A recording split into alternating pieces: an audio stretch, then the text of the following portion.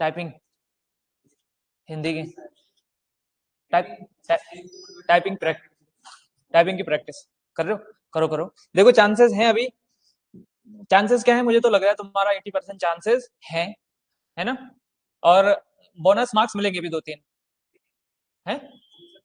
हाँ हाँ मिलेंगे। एक तो योजना वाले पे कंफर्म मिलेगा, और एक भंकोरा वाले पे मिलेगा, और एक और प्रिंटर वाले पे।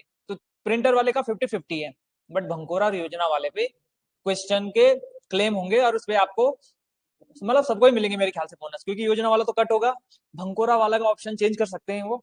हम सबने तो वही किया है ना लगभग कि दोनों है, तो शायद उस पे मिलेगा। अगर उसमें आ जाते हो तुम 60+ में आ जाओगे, है ना? तो चांसेस हैं। एक राखी का है मेरे ख्याल से, राखी के भी ठीक मार्क्स आ रखे हैं। पवार, हाँ हरिद्वार वाले, और लोगों के भी हैं। एक दो और देख रहा था मैं ऑनलाइन, किसी के थे। Good morning Rampal ji, very good morning. कैसे हैं आप? तो ठीक है, जो भी है मेहनत करते रहो यार, एग्जाम एक दिन निकलेगा। क्योंकि ऐसा होता है ना, अगर हम हकदार हैं तो क्यों नहीं निकलेगा, है ना? बस उस लेवल की मेहनत करनी है, ठीक है? तो निराश नहीं होना है, क्योंकि मैं देख रहा हूँ ना कि जैसा हमारे साथ होता था, जैसे पेपर दे रहे हैं 2018 में, तो मैं तो मुरादाबाद इधर उधर यूपी पीसीएस के पेपर देने भी जाया करता था, फिर नहीं होता था तो बहुत खराब लगता था। होता ही है, जब यूपीएससी का पेपर दे रहे हैं तो खूब मेहनत कर रहे हैं, खूब मेहनत कर रहे हैं, खूब रगड़ा खा रहे हैं। लेकिन जिस लॉकडाउन में हमारा 2020 में जब पेपर हुआ था, वो पहले तो लॉकडाउन था, सितंबर के टाइम पे हुआ था, तो मतलब उस दौरान पे घर में खूब मेहनत कर रहे थे। लेकिन कभी कभी अगर आप उस लायक नहीं होते हो तो नहीं होता सिलेक्शन, तो वो प्रैक्टिकल चीजें समझनी चाहिए, है ना? उसके बाद फिर अगर आप जब लायक बन जाते हो तो एक स्टेज ऐसी आती है, पता, एक एग्जाम निकलेगा, दूसरा एग्जाम निकलेगा, तीसरा एग्जाम निकलेगा, और एग्जाम पे एग्जाम निकलेंगे, क्योंकि आप उस सिलेबस को मास्टर कर लोगे, है ना? तो अच्छे से करना है आप दोनों भी, और आप तो हो, है ना? तो यार किसी भी चीज का ना, आपको क्या करना है, पैटर्न पकड़ना पड़ता है एग्जाम्स का। पैटर्न पकड़ने के साथ साथ अच्छे से उस चीज को करो, मेहनत करो। क्योंकि आज के डेट में ये है ना कि देखो कितने लोगों ने पेपर भर रखा था कनिष्ठ सहायक का, 1,30,000 लोगों ने दिया। कितने पेपर? 92,000 लोगों ने। सिलेक्शन कितना होगा? 2,000 लोगों का। परसेंटेज देखो, 1,30,000 का, है ना? 2,000, तो कितना, 1% क्या है, सिलेक्शन है। तो 1% बच्चों में आने के लिए आपको 99% लोगों को पीछे भी तो छोड़ना है। 99% पीछे कल से छोड़ेंगे जब उस लेवल की मेहनत करेंगे। देखो मैं आपको स्ट्रेटेजी इसीलिए तो बताता हूँ। तुम लोग कभी कभी मतलब कई लोग मजाक में ले लेते हैं, आप लोग तो मुझे पता सीरियस स्टूडेंट है। लेकिन देखो, इकोनॉमिक्स में देखा आपने, स्ट्रेटेजी बस 28 लेक्चर हैं, अभी भी ऐप में देखो। 28 में से अगर 6 क्वेश्चन आ रहे हैं, और एक मैंने बैंकिंग वाला नहीं बताया था, वो भी आ जाता, है ना?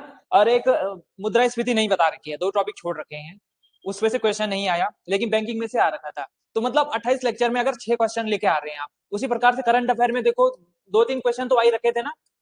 एक तो वो आंध्र प्रदेश, वो जो मजदूर वाला था, वो तो बड़ा विकट ही क्वेश्चन था, उसको तो कौन नहीं करता। लेकिन अन्य जो क्वेश्चन है वो तो आ रखे हैं सिलेबस से। और मैं पता है क्या कर रहा हूँ, अभी तुम लोगों को लग रहा है कि स्टैटिक नहीं हूँ, मैं लगातार उस पर काम कर रहा हूँ, मैं पैटर्न को और एनालाइज कर रहा हूँ, यूके पीएससी का पैटर्न देख रहा हूँ कि किस प्रकार से यूके पीएससी पूछ रहा है, उसके पैटर्न को एनालाइज कर रहा हूँ, यूके ट्रिपल एससी का पैटर्न एनालाइज कर रहा हूँ। तो फ्यूचर में अगर आप लोगों को इससे आंसर दिखेंगे ना मेरे उसे पीपीटी से, तो हो सकता है संभावनाएं 80-90% तक बन जाए आंसर दिखने, क्वेश्चन दिखने की, क्योंकि मैं उसको लगातार और एनालाइज कर रहा हूँ और बेहतर कर रहा हूँ।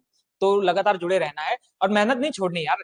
देखो एक पेपर निकलेगा ना तो ज्यादा खुश भी नहीं होना है। ऐसा नहीं है कि कहीं सहायक निकल गया तो हम सर्वस्व हैं, ठीक है? ऐसा नहीं करना है, लगातार सीढ़ी दर सीढ़ी चढ़ना है, और अभी तो शुरुआत है। अगर अच्छे से मेहनत करोगे तो बिल्कुल क्यों नहीं निकलोगे, सफलता क्यों नहीं आएगी पास में, है ना? जिसके हम हकदार हैं उससे हमें कोई नहीं छीन सकता। बस उसके लिए उतना तप करना है, तपस्या करनी है और पॉजिटिव रहना है, ठीक है? मैं विशेष तौर पे कह रहा हूँ, आज की क्लास करंट अफेयर से ज्यादा क्लास है अपने उत्साह को वर्धन करने के, है ना? क्योंकि अगर हम उत्साह नहीं रखते ना, सबसे बड़ा मैंने इतने सालों में ये एनालाइज किया, 7-8 सालों की तैयारी में, कि अगर आप हर दिन नहीं चल रहे हो तो आप कहीं ना कहीं नुकसान कर रहे हो खुद का, समझ रहे हो? हफ्ते में 7 दिन होते हैं, और 7 दिन में से मेरे ख्याल से अगर आप 6 दिन मेहनत कर रहे हो, 6 दिन रिग्रेस मेहनत कर रहे हो, मतलब खूब रगड़ के मेहनत कर रहे हो, तो उसका फल लगभग 90% मिलेगा आपको, है ना? 90% बहुत बढ़िया होता है। लेकिन एक दिन, एक छुट्टी का दिन भी छोड़ लो, कि कभी जो धार्मिक लोग हैं वो ऋषिकेश चले जाओ, गंगा आरती देख लो, कभी सुरकंडा चले जाओ, कभी कहाँ चले जाओ, लेकिन एक दिन आराम से रेस्ट करो, दोस्तों के साथ घूमो फिरो, एक दिन अच्छे से मेहनत करो, मतलब आराम करो, 6 दिन ऐसी मेहनत करो, ऐसी मेहनत करो कि हर कोई बोले कि भाई मेहनत करनी है तो उसकी तरह, उसको देख के ऐसा हो, है ना। तो पॉजिटिव रहना है, और सबसे ज्यादा जरूरी होता है यहाँ का खेल। किताब कुछ नहीं है, मैं बोलूंगा ना, अगर तुम लोग पढ़ने को लक्ष्मीकांत को 1 महीने में खत्म करोगे, मैंने खुद 1 महीने में लॉकडाउन में लक्ष्मीकांत खत्म कर दी, 7 पेजों की लक्ष्मीकांत है, 700 पेजों की, 700 पेज है लक्ष्मीकांत में, तो वो 1 महीने में खत्म हो सकती है। क्यों हो सकती है, कैसे हो सकती है, वो बस आपके माइंडसेट पर निर्भर करता है। अगर आप पॉजिटिव रह रहे हो ना, जितना ज्यादा आपके अंदर उत्साह है, उतना ज्यादा चीजों को और अच्छे से कर पाओगे। जितना ज्यादा नेगेटिव रहोगे, उतना ज्यादा हमारे लिए नुकसानदेह। नुकसानदेह क्यों होता है, क्योंकि उससे देखो, 3 हार्मोन्स मैंने बार बार आपको बताए हैं, एक तो डोपामिन, एक सेरोटोनिन और एक एंडोर्फिन। इनको कहते हैं हैप्पी हार्मोन्स। हैप्पी हार्मोन्स का मतलब है कि शरीर में अगर इनका प्रभाव बढ़ेगा तो हमारे शरीर को क्या आएगी, एनर्जी आएगी, खुशी मिलेगी। और फिर इसके अलावा जो नेगेटिव हार्मोन्स है, स्ट्रेस को लेकर, किसी ओवर थिंकिंग को लेकर, तो वो हार्मोन्स हमारे शरीर को लगातार नुकसान पहुंचाते हैं। और नुकसान पहुंचाने से क्या होगा कि एक तो देखो, किसी को अटैक भी आते हैं, कौन से वाले अटैक, एंजाइटी के अटैक, है ना। तो वो बहुत खराब चीज है, उस कंडीशन में नहीं पहुंचना है, उस कंडीशन से पहले ही बाहर आ जाओ। और मैं तो कहता हूँ कि एकांतवास होता है ना जो, वो सबसे ज्यादा जरूरी है। क्योंकि मेरा दूसरा लेक्चर है वैसे पेपर के बाद आप लोगों के साथ, मैं बहुत पहले ये बात कहना चाह रहा था, कम से कम ये क्या कहते हैं इसको, 22-23 तारीख में चाह रहा था कि आप लोगों से, सब लोगों से मिलूं। कुछ लोग तो आ नहीं रखे थे, लेकिन फिर भी जो लोग सुन रहे हैं वो भी, और जो लोग, क्योंकि ऐसा होता है ना, एक स्टूडेंट का माइंडसेट मुझे पता है, बहुत सारी उम्मीदें होती हैं यार। एक परिवार होता है ना जो, तो परिवार ये सोचता है कि मेरा बेटा देहरादून में गया है, मेरी बेटी देहरादून में गई है, तो वो कुछ कर रही होगी वहां। उनको ये नहीं पता है कि 1,30,000 लोगों में से हमको कितने लोगों में आना है, 670 लोग, 770 लोगों में आना है। उनको ये नहीं पता है, उनको खाली ये पता है कि हमारा बेटा मेहनत कर रहा है, मेहनत कर रहा है, लेकिन उसका फल उसी को पता होता है जो उसको प्राप्त करता है। उसको पता है कि उसने किस कांटों के बिस्तर में रह के नींद पूरी की अपनी, है ना। तो वो बहुत सारी चीजें हैं, वो सबके साथ होता है, हर किसी का अपना अपना स्ट्रगल है ना। तो उन सब चीजों को ध्यान में रखना है, मेहनत करनी है। देखो, स्ट्रगल हर किसी के लाइफ में आएगा, तुम्हारे लाइफ में, किसी के लाइफ में जल्दी आता है, किसी के लाइफ में पहले आता है, किसी के लाइफ में नहीं आता है। लेकिन एक स्टेज ऐसा आता है जब इंसान, तैयारी करने के दौरान बोल रहा हूँ, इस कंडीशन में होता है, इस बहुत लो वाली कंडीशन में, हाई वाली कंडीशन में रहे कोई बात नहीं, लेकिन लो कंडीशन में क्यों होता है, जब सिलेक्शन नहीं होता है तब इंसान सोचने लग जाता है, अपने आप पे क्वेश्चन करता है, यार कहाँ गलती रह गई, मैंने कहाँ गलती कर दी। तो वो जो इस स्टेज में होते हैं ना हम लोग, तो ये सबसे ऐसा स्टेज होता है जहां पे हमको कोई संभालने वाला चाहिए। इसीलिए मैं बार बार कहता हूँ कि अगर कभी खराब लगता है तो फोन कर दिया करो बेझिझक, क्या पता मेरे साथ बात शेयर करने से, दोस्त की तरह बात शेयर कर लो, ताकि तुम लोगों का मन थोड़ा हल्का हो जाए, है ना। तो ऐसा नहीं है, तो तुम लोग पूरे उससे मेहनत करो। मुझे पता है यार, ऐसा होता है जीवन में, होगा ही ये, तो इसके लिए तैयार रहना है। और कभी खराब होता भी है तो कोई बात नहीं, लेट इट गो, जाने दो, है ना। ऐसा नहीं है कि उसको मन में लगातार बैठा के रखोगे तो हार्मोन्स का जो प्रवाह है वो हमारे शरीर को बिल्कुल समाप्त कर देगा। तो 5 मिनट, 5-10 मिनट क्षमा चाहूंगा, मैंने इसलिए ले लिए क्योंकि ये बहुत ज्यादा जरूरी है। पढ़ने से ज्यादा जरूरी है कि कैसे पढ़ना है ना। पढ़ोगे तो तुम लोग अच्छे से, क्यों नहीं पढ़ोगे, मैं तुमको पीट पीट के पढ़ाऊंगा, है ना। लेकिन पढ़ना कैसे है वो ज्यादा जरूरी है। तो मोटिवेटेड रहना है, ठीक है। और मोटिवेटेड रहते हुए, अगर बस होता तो, मेरा बस होता तो मैं हर तीसरे दिन आ जाता भाई तुमको मोटिवेट करने, तुमको ये करने, है ना। लेकिन कोई बात नहीं, जितना भी है अभी तो तुम्हारा, जो मैंने हार्मोन्स का लेवल बढ़ाया है वो फिलहाल अगले आने वाले 1-2 घंटे के लिए है, मेरी क्लास तक रहेगा ये हार्मोन्स का लेवल, इसको लेकिन इसको बढ़ा के रखना है। थोड़ी देर खुद से बात करो, चिंतन मनन करो कि कहाँ पे कमियां रह रही हैं, उनको ठीक करो, है ना। हम पता है क्या है, मैंने एक चीज देखी है, हम ह्यूमन बींग्स की सबसे बड़ी कमजोरी है, हम लोग हैं, हम दुनिया से दुनिया भर की वार्तालाप करेंगे, दुनिया भर से दुनिया भर की बातें करेंगे, लेकिन जब खुद से बात करने की बात आती है, जिसे सॉलिट्यूड कहते हैं अध्यात्म में, एकांतवास, जब खुद से खुद की बात करने की आती है तो हम लोग करते ही नहीं कभी। दशकों से नहीं मिलते, सालों से नहीं मिलते, कुछ लोग महीनों से नहीं मिलते खुद से। तो खुद से बात किया करो, थोड़ा समझा करो कि कहाँ पे गलतियां रहती हैं, खुद को समझाया करो। देखो, मैं तुमको अभी समझा सकता हूँ, कुछ महीने समझा सकता हूँ, जब तक तुम लोग मेरे साथ हो, या फिर तुम लोग फोन के थ्रू जुड़ रहे हो तो कुछ सालों तक समझा सकता हूँ, लेकिन जीवन भर नहीं समझा सकता ना। जीवन भर इस व्यक्ति को इसको ही समझाना है, और ये तुम हो, तो यानी कि तुमको ही समझाना है। और वो कैसे समझोगे, जब खुद से बात करोगे, है ना।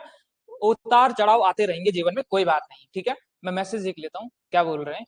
Good morning sir, good morning sir, good morning sir, good morning, good morning all of you. Fauzia ji, Rakhi ji, और रामपाल जी, और कौन थे, एक दो और, गीतांजलि भट्ट जी और हर्ष जी, है ना। पीसीएस वालों को इसके साथ लगा रखा है, ठीक है। तो इस प्रकार से हमारा कार्यक्रम है। देखो, बायलैंग्वेज हमारा ये सेशन होने वाला है, तो आप हिंदी और इंग्लिश दोनों में आंसर देने का प्रयास करेंगे, है ना। पहला क्वेश्चन ये है, भारत का पहला, दिख रहा है कि थोड़ा जूम करो, भारत का पहला केबल आधारित ब्रिज कहां बनकर तैयार हुआ। ऑनलाइन वाले भी आंसर देने का प्रयास करेंगे, बताओ भाई, कहां। हाँ, जम्मू कश्मीर, वेरी गुड। तो ये जो ब्रिज है, ये बनके कहां तैयार हुआ है, जम्मू कश्मीर में। ऑनलाइन वाले भी आंसर देंगे लगातार, मैं देख रहा हूं आपके आंसर, है ना। तो देखो, ये है वो केबल आधारित ब्रिज का मतलब समझ ही रहे हो आप लोग कि ब्रिज है, और इस ब्रिज पे, अरे पता है कैसे क्वेश्चन है, ये पीएससी के लायक हैं, क्योंकि आप लोअर पीसीएस का जब आपने पेपर देखा होगा पिछला 2021 का, तो उसमें ऐसे क्वेश्चन आ रखे हैं कि सबसे ऊंचा फिल्म स्टूडियो कहाँ पे बना है। तो इस प्रकार के क्वेश्चन यूके पीएससी खूब पूछता है, यूके ट्रिपल एससी भी पूछता है। तो केबल आधारित ब्रिज है, और इसमें ये जो देखो एक केबल लगे हैं, तो ये कहाँ पे है, जम्मू में। जम्मू में कहाँ पे, अंजी खाद इसका नाम है, और उधमपुर, श्रीनगर, बारामूला, रेलवे लिंक। तो पहला है इसलिए इंपॉर्टेंट है, जो चीज पहली होती है वो ज्यादा इंपॉर्टेंट हो जाती है ना। तो पहला क्या है, केबल आधारित रेलवे ब्रिज है, क्योंकि इस पर रेल चलेगी इसलिए इंपॉर्टेंट। सड़क ब्रिज तो होते ही, ये समझ रहे हो, सड़क ब्रिज क्यों होते हैं, क्योंकि ये इतना वजन सहन कर पाते हैं, लेकिन रेलवे में वाइब्रेशन बहुत ज्यादा होता है, तो उसके पॉइंट ऑफ व्यू से कि कहीं टूट ना जाए, उसके हिसाब से इन्होंने इतना स्ट्रक्चर बना रखा है इसका मजबूत, है ना। तो 473 मीटर लंबा पुल है, 48 इसमें केबल है, और ये अपनी नींव से 193 मीटर ऊपर है, और नदी तल से 331 मीटर की हाइट पे है, ठीक है। इसको इंग्लिश में भी आपको दे दूंगा, इंग्लिश मीडियम वाले अगर आप लोग जुड़े हैं तो निश्चिंत रहिए, ठीक है। देखो, उसके अलावा आपको पता है जनवरी में इस साल खेल रत्न मिले, 4 लोगों को मिले, है ना। पहला क्वेश्चन आएगा, कितने लोगों को मिले, 4 लोगों को मिले। किस किस को मिले, निशानेबाज मनु भाकर, ठीक है। उसके बाद पुरुष हॉकी टीम के कप्तान, क्या नाम है इनका, हरमनप्रीत जी। उसके अलावा डी गुकेश, ये ओलंपियाड और चेस चैंपियन, सबसे यंगेस्ट ग्रैंड मास्टर और चैंपियन। ये पैरा एथलीट है, इनका नाम प्रवीण है। इनसे प्रेरणा लो, अगर कुछ करना है जीवन में तो इनकी तरह बनो। इनके जो घुटने हैं ना, यहाँ तक घुटने कट रखे हैं इनके, दोनों घुटने कट रखे हैं। अरे कैटेगरी होती है 64 कैटेगरी, C64 ऐसे कुछ, तो उसमें क्या होता है, घुटने कट रखे हैं, और घुटने की जगह वो लोहे का वैसे नहीं होता है, तो वो लगा रखा है, और घुटने के नीचे वो लगा के फिर वो जंप मार रहे हैं। तो उनका मोटिवेशन देखो कितना पेन होता होगा, पूरा बॉडी का वेट इस लोहे पे पड़ रहा है घुटने के नीचे, तभी भी ये गोल्ड मेडल जीते इस बार पैरा ओलंपिक में, है ना। तो ऐसे लोगों से प्रेरणा लेनी चाहिए, अरुणिमा सिन्हा जैसे लोग कि पाँव कट गया फिर भी माउंट एवरेस्ट चढ़ गए, है ना। तो वैसे लोग, तो ये है वो, ठीक है। तो मनु भाकर आपको पता है ओलंपिक में ढाई ढाई निशाने मारे, 2 ब्रॉन्ज मेडल जीत के लाई। इन पे आपने विवाद भी सुना होगा कि मनु भाकर ने नॉमिनेशन की, मतलब जब ये खेल पुरस्कार दिए जा रहे थे तो नॉमिनेट नहीं किया खुद को, फॉर्म नहीं भरा, तो इसके कारण इनका नाम ही नहीं आया। तो फिर न्यूज में खूब आया था कि मनु भाकर को क्यों नहीं दिया जा रहा है, ठीक है। उसके बाद फिर ये तो इन्होंने लगातार 2 बार हमको क्या दिया है, मेडल दिया है ओलंपिक में, इन्हीं की कप्तानी में, पिछली बार वाला भी और इस बार वाला भी। और ये कौन है, ये 18 साल के यंगेस्ट क्या है, चेस चैंपियन है डी कुकेश, इसलिए इंपॉर्टेंट है। और ये प्रवीण जी तो मैंने बता दिया आपको, है ना। तो 4 लोगों को आपको याद रखना है, इसमें से किसी की भी छवि आपके पेपर में छप सकती है, ठीक है। तो ऐसा है, बाकी पहले मैं एमसीक्यू करा रहा हूँ, फिर यहाँ पे बहुत सारी कॉन्सेप्चुअल चीजें हैं, और बहुत इंपॉर्टेंट डेटा है। बहुत इंपॉर्टेंट डेटा क्यों है, क्योंकि भाई ये जो डेटा है ये सीधा सीधा यूकेपीएससी के लायक बना रखा है मैंने, स्पेस टेक्नोलॉजी से बेस्ड या अन्य टेक्नोलॉजी पे बेस्ड। अच्छा, अगला प्रश्न का उत्तर देंगे, और ये प्रश्न रहा आपके स्क्रीन के ऊपर। देखो भाई, बताओ ऑनलाइन वालों में, वेरी गुड वेरी गुड। ए रामपाल जी ने, अभिषेक जी ने दिया है। दिसंबर 2024 में कौन सा शहर दुनिया का पहला ऊर्जा साक्षर शहर बनने का लक्ष्य रखते हुए जलवायु मिशन शुरू किस शहर ने किया? बताओ, ये क्लाइमेट चेंज से जुड़ा हुआ, तो किस शहर ने किया होगा? इन December 2024 which city has launched climate mission aiming to become the world's first energy literate city? बताओ, which city is among these four?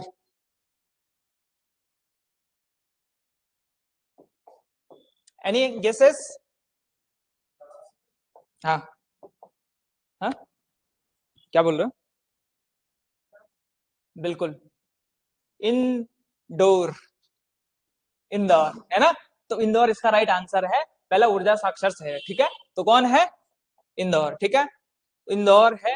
अब मैं कोशिश करूंगा इस बार कि इसकी पीपीटी में इसके आंसर दे दो एक बार, नहीं तो मुझे लिख के दे दो। ठीक है, जैसे इंदौर का ये, हाँ ऐसे करके लिख के दे दो ताकि मैं सीधा ग्रुप में शेयर कर दूं, ताकि आप लोगों को दिक्कत ना हो जिस दिन रिवीजन होता है, क्योंकि रिवीजन के दिन फिर मैसेज आते हैं, सर ये वाली पीपीटी का आंसर क्या होगा। फिर मैं बोलता हूँ यार मेरे को पता नहीं, मैं भूल गया। फिर वो ढूंढते रहते हैं, सिरदर्दी हो जाती है। निम्नलिखित में से कौन सा देश 2023-24 में अब तक का सर्वाधिक कोयला उत्पादक देश रहा है? Which of the following country is the largest coal producing country so far in 2023-24? पिछले साल सर्वाधिक कोयला उत्पादक देश कौन सा रहा होगा according to you? B D. हाँ रामपाल जी, डी। फौजिया जी ने बी दिया था। बताओ कौन सा देश है? Any guesses? Australia, Singapore, Bharat या चीन? बताओ ऑनलाइन वालों। इसका राइट आंसर है हमारा प्यारा भारत। ठीक है, तो भारत सबसे ज्यादा कोल प्रोड्यूसर कंट्री रहा है पिछले 23-24 में, तो इसलिए इंपॉर्टेंट है। जो सबसे ज्यादा होता है ना, जैसे पिछले साल स्टील में भारत क्या नंबर पे था? स्टील में मैंने करंट अफेयर में पढ़ाया था आपको, दूसरी रैंक पे आ गया था ना। इसी प्रकार से कोल में पहले नंबर पे आया, तो पहला नंबर वाला तो बहुत ज्यादा इंपॉर्टेंट हो जाता है, तो कोयले में पहले नंबर पे, तो ज्योग्राफी से करंट अफेयर बनेगा आपका। ठीक है, अगला क्वेश्चन, दिसंबर 2024 में किस देश ने स्पेसएक्स मिशन को लॉन्च किया है? इसरो से जुड़ा हुआ स्पेसएक्स। बताओ भाई, ये तो बहुत न्यूज में रहा था, ये तो आना ही चाहिए। सी सी सी, पिछले वाले का आंसर सी दे रखा है हर्ष जी ने, सोनिया जी ने, फौजा जी ने। बताओ, इन December 2024 which country has launch SpaceX? हाँ बोलो बोलो। भारत, बिल्कुल। अरे तुम थोड़ा सा करंट अफेयर को सुनो। देखो, स्पेसएक्स मिशन दो चीजों से इंपॉर्टेंट है। एक तो लोबिया दाल सुनिए आपने, कैसे रंग की होती है? हाँ, व्हाइट, व्हाइट और बीच में उसका ब्लैक।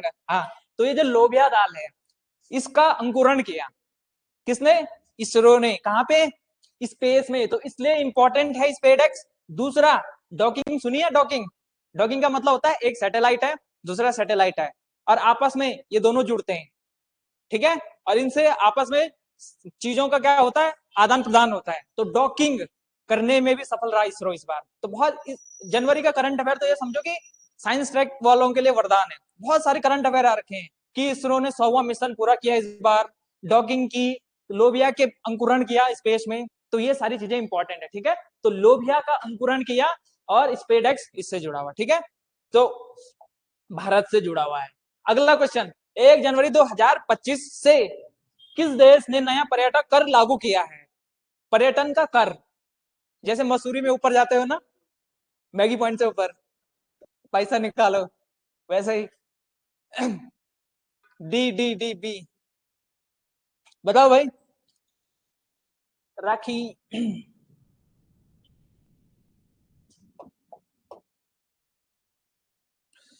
रूस, स्विट्जरलैंड, अमेरिका, ऑस्ट्रेलिया।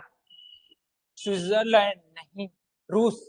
ठीक है, तो रूस ने क्या किया है? नया पर्यटन कर लागू किया है। ठीक है, तो टूरिस्ट टैक्स इंप्लीमेंट किया था रूस ने। अच्छा ये बताओ, हाल में वन विभाग ने महाभारत वाटिका की स्थापना की है, ये किस राज्य का वन विभाग है? Recently forest department has established Mahabharat Vatika. बताओ भाई, क्या मध्य प्रदेश? नहीं नहीं बबुआ, इसका आंसर है हमारा उत्तराखंड। ठीक है, उत्तराखंड में वन वाटिका क्यों है?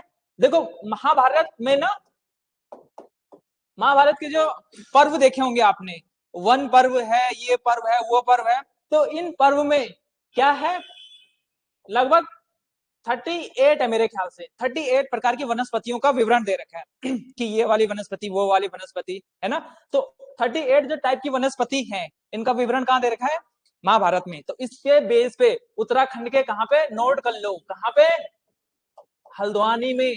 हल्द्वानी में इस प्रकार की वाटिका लगी है ना। और इस प्रकार की वाटिका में वो पेड़ होंगे सारे, ठीक है। तो ये वन वाटिका मोस्ट इंपोर्टेंट उत्तराखंड के लिए भी है। कहाँ है, हल्द्वानी में, उत्तराखंड के हल्द्वानी में, एग्जैक्ट जगह, ठीक है। ये बताओ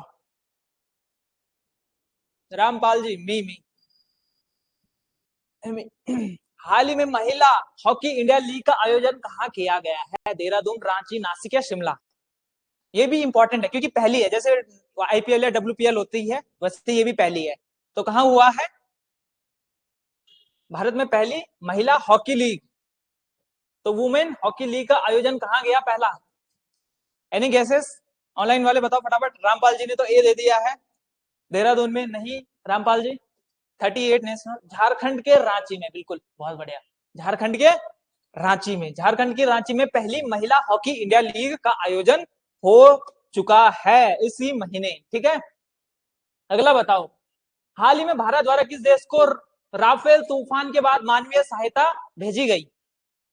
तो recently which of country has India sent humanitarian aid after the Rafael cyclone.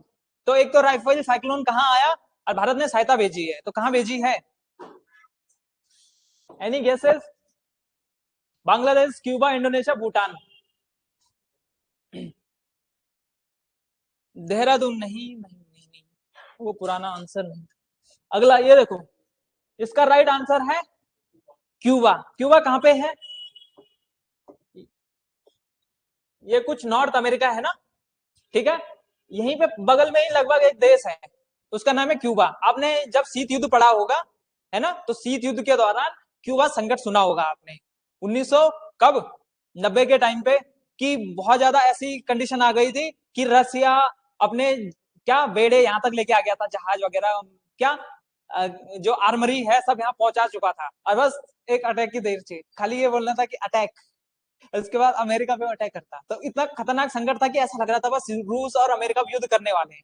तो ये क्यूबा संकट इसी से जुड़ा हुआ है। तो ये क्यूबा वही देश है ना, जहां पे हाल ही में क्या हुआ, राफेल तूफान आया, फिर भारत ने मानव होने के नाते सहायता भेजी, ठीक है। हाल में किस देश में विश्व हिंदी दिवस पर पहला हिंदी प्रमाणन पाठ्यक्रम शुरू किया गया। Which country the first Hindi certification course has started on world Hindi day.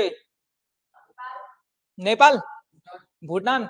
मेरे को यही उम्मीद थी तुम लोगों से इसीलिए मैंने ये पूछा था। इसका राइट आंसर है श्रीलंका, है ना। तो श्रीलंका के साथ हमारे संबंध आजकल देख रहे हो, मालदीव के साथ देख रहे हो कैसे संबंध है। तो इन संबंधों के बीच में ये वाला न्यूज, बांग्लादेश के साथ कैसे हैं, इंडोनेशिया के साथ आजकल संबंध बन रहे हैं, क्योंकि इंडोनेशिया के सुबियांतो जी भारत आए थे, है ना।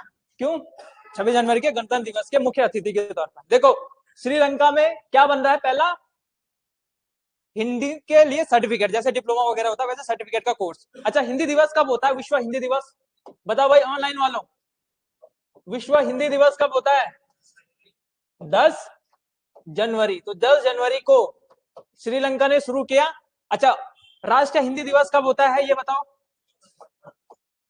हाँ, तो वेरी गुड, राष्ट्रीय हिंदी दिवस होता है 14 सितंबर, ठीक है। तो वेरी गुड, साथ में इन फैक्ट को भी याद करके रखना। अच्छा ये बताओ, world first cardiac telesurgery was performed using a robotic system in which country. मतलब किस देश ने पहली बार रोबोटिक प्रणाली का या सिस्टम का यूज किया है दुनिया की cardiac surgery, trans surgery, cardiac का मतलब हार्ट, हार्ट की टेली सर्जरी की है पहली बार। वेरी गुड, 14 फौजिया जी, वो राष्ट्रीय है।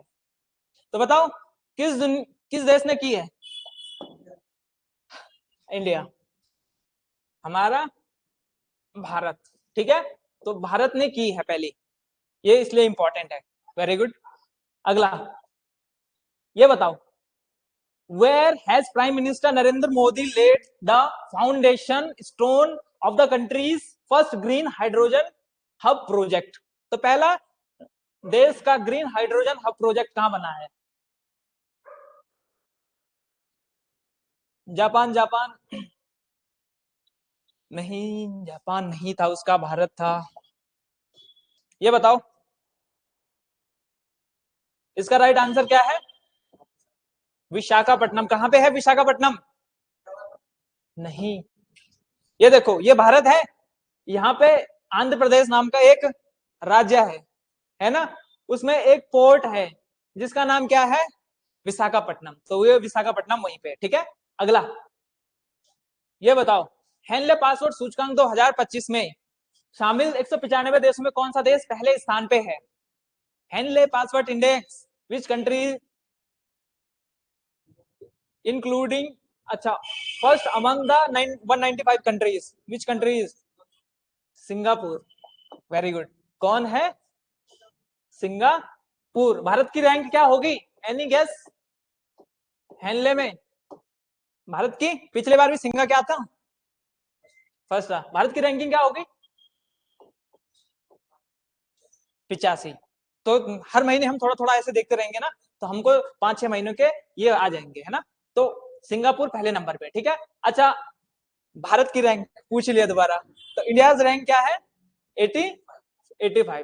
ठीक है, तो इसका आंसर भी डी।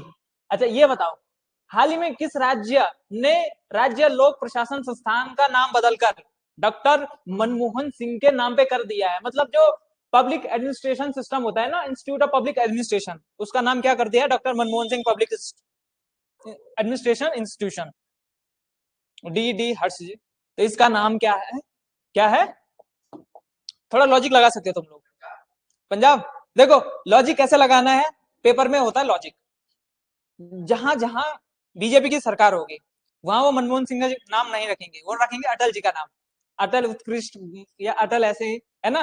जहां जहां आपकी सरकार होगी, आपका ऐसा कोई मंत्री है नहीं, ये तो फ्यूचर में अरविंद केजरीवाल इंस्टीट्यूट रखते, लेकिन अभी आपके है नहीं। अब कौन बचे? कांग्रेस, क्योंकि मनमोहन सिंह किससे जुड़े हुए हैं? कांग्रेस से। अब इसमें से देखो, उत्तराखंड में कांग्रेस है। अरे यार, गढ़वाली में एक कहावत है, नहीं बोलूंगा। उत्तराखंड पंजाब में है, पंजाब में आपकी सरकार है, लेकिन मैंने क्या कहा थोड़ी देर पहले, आप कांग्रेस से जुड़े हुए नहीं है ना मनमोहन सिंह जी। तो आप हिमाचल प्रदेश, हिमाचल प्रदेश में है ना कांग्रेस की सरकार, तो लॉजिक लगाओ, ठीक है। बिहार में भी नीतीश और बीजेपी की है, तो इसलिए हो नहीं सकता। तो थोड़ा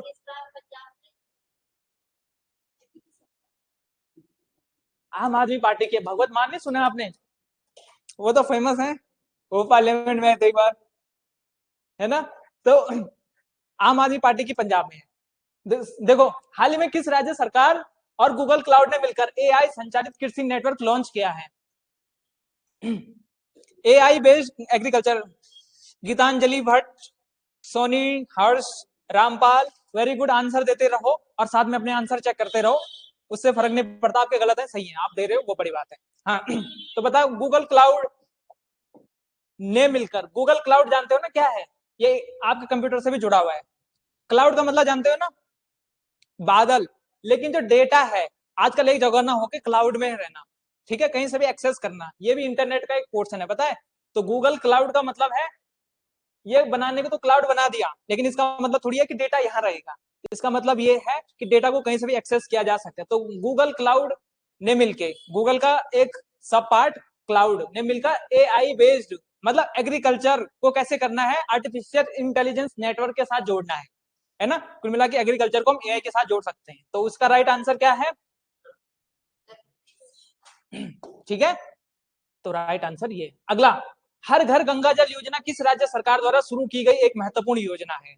हर घर गंगा जल, हर Ghar Ganga Jal, UP. UP, very good Fauzia ji. Har Ghar Ganga जल किसके द्वारा है? बताओ भाई जल्दी। हर घर गंगा जल scheme is an important scheme launched by which state government? Bihar. Bihar, बहुत बढ़िया, सही लगाए हो, बिहार है। अब होता क्या है, ये गंगा नदी बह रही है माना, ठीक है। तो इस गंगा नदी के पानी को बिहार के हर घर में पहुंचाना नीतीश जी का क्या है, उद्देश्य है कि इसके पानी को हर घर में पहुंचाना। और कैसे? टैप वाटर थ्रू, मतलब इस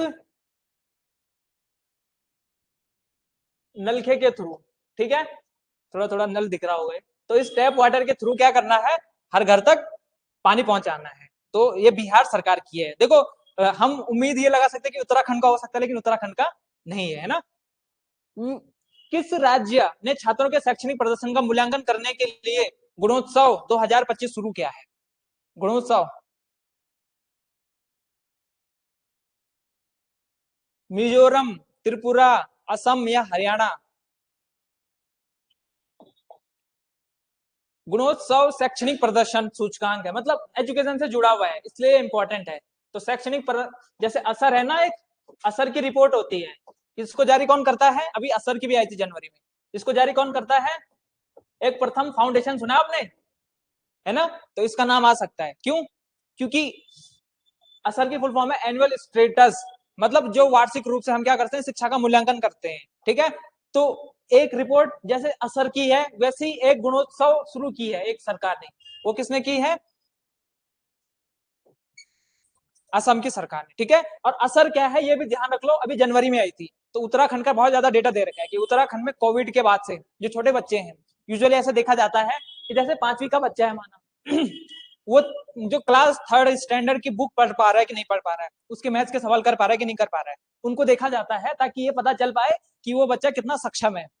वो 5वीं में तो चला गया, लेकिन 5वीं के लायक है कि नहीं है। क्योंकि आरटीई में पता क्या क्या रखा है, राइट टू एजुकेशन में, कि किसी भी बच्चे को अर्ली एज में 1 से 8वीं तक हम रोकेंगे नहीं किसी भी क्लास में, उसको आगे बढ़ाते रहेंगे। साथ में ये भी कह रखा है भाई कि तुम किसी को आगे बढ़ा तो रहे हो, लेकिन साथ में क्या करोगे, किसी स्टूडेंट को उसकी एज के हिसाब से कक्षा में रखोगे। माना कोई 8 साल का बच्चा है और वो स्कूल चला गया, ठीक है, स्कूल चला गया और उसका अभी एडमिशन नहीं हुआ था, तो 8 साल के हिसाब से किस कक्षा में रखा जाना चाहिए, सीधा उसी कक्षा में रख देंगे। ऐसे नहीं कि एलकेजी यूकेजी, सीधा दूसरी तीसरी में। ऐसा है आरटी, तो इस हिसाब से, ठीक है। तो गुणोत्सव असम सरकार। देखो हाल ही में आशीष नैथानी किस न्यायालय के उच्च न्याय, मतलब उच्च न्यायालय के न्यायाधीश नियुक्त हुए? यूपी गंगा जल, नहीं फौजा जी। तो आशीष नैथानी जी या नैथानी जी? नैथानी जी, नैथानी जी हैं, इसका मतलब उत्तराखंड के हैं। लेकिन किस हाई कोर्ट के न्यायाधीश नियुक्त हुए हैं, बताओ, एनी गेस?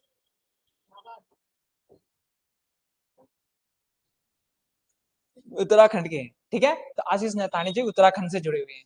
तो उत्तराखंड का भी नेशनल और इंटरनेशनल करंट अफेयर इंपॉर्टेंट है यहाँ से, ठीक है भाई।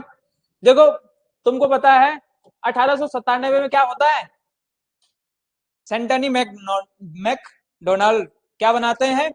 Birmingham palace. बर्मिंघम पैलेस कहाँ पे है? सेंटनी मैकडोनाल्ड बर्मिंघम पैलेस कहाँ पे है? कहाँ पे है बर्मिंघम? यूके में। तो इंग्लैंड का क्या है, प्रधानमंत्री का भवन है, राष्ट्रपति, मतलब वहां का जो शासकीय भवन है ना, वो बर्मिंघम पैलेस। तो उसी के तर्ज पे सेंटनी मैकडोनाल्ड ने उत्तराखंड हाई कोर्ट की नींव रखी थी। फिर 1900 में ये तैयार होता है, आपने पढ़ाई होगा उत्तराखंड में, है ना। फिर उसके बाद ये वर्तमान में जिस हालत में है, और आपने पिछले महीने के करंट में देखा ही है, उत्तराखंड में कौन बनते हैं? गुहानाथन नरेन क्या बनते हैं? मुख्य न्यायाधीश बनते हैं। उसके अलावा हमने देखा था कि पहली महिला मुख्य न्यायाधीश भी बनती हैं पिछले साल फरवरी में, 2 फरवरी, 1-2 फरवरी को। क्या नाम है उनका? रितु, रितु बहारी, है ना। तो ये सारे फैक्ट भी याद करके रखो, ठीक है भाई। उसके अलावा किस अनुच्छेद में है? 214 से बात करता है हाईकोर्ट के बारे में, है ना। तो आर्टिकल 250, 214, 15, 16 बहुत सारे हैं, 228, 29 तक। ये देखो हाल ही में कौन सा देश ब्रिक्स संगठन का औपचारिक रूप से पूर्ण सदस्य बन गया है इसी साल, इसी महीने? बताओ।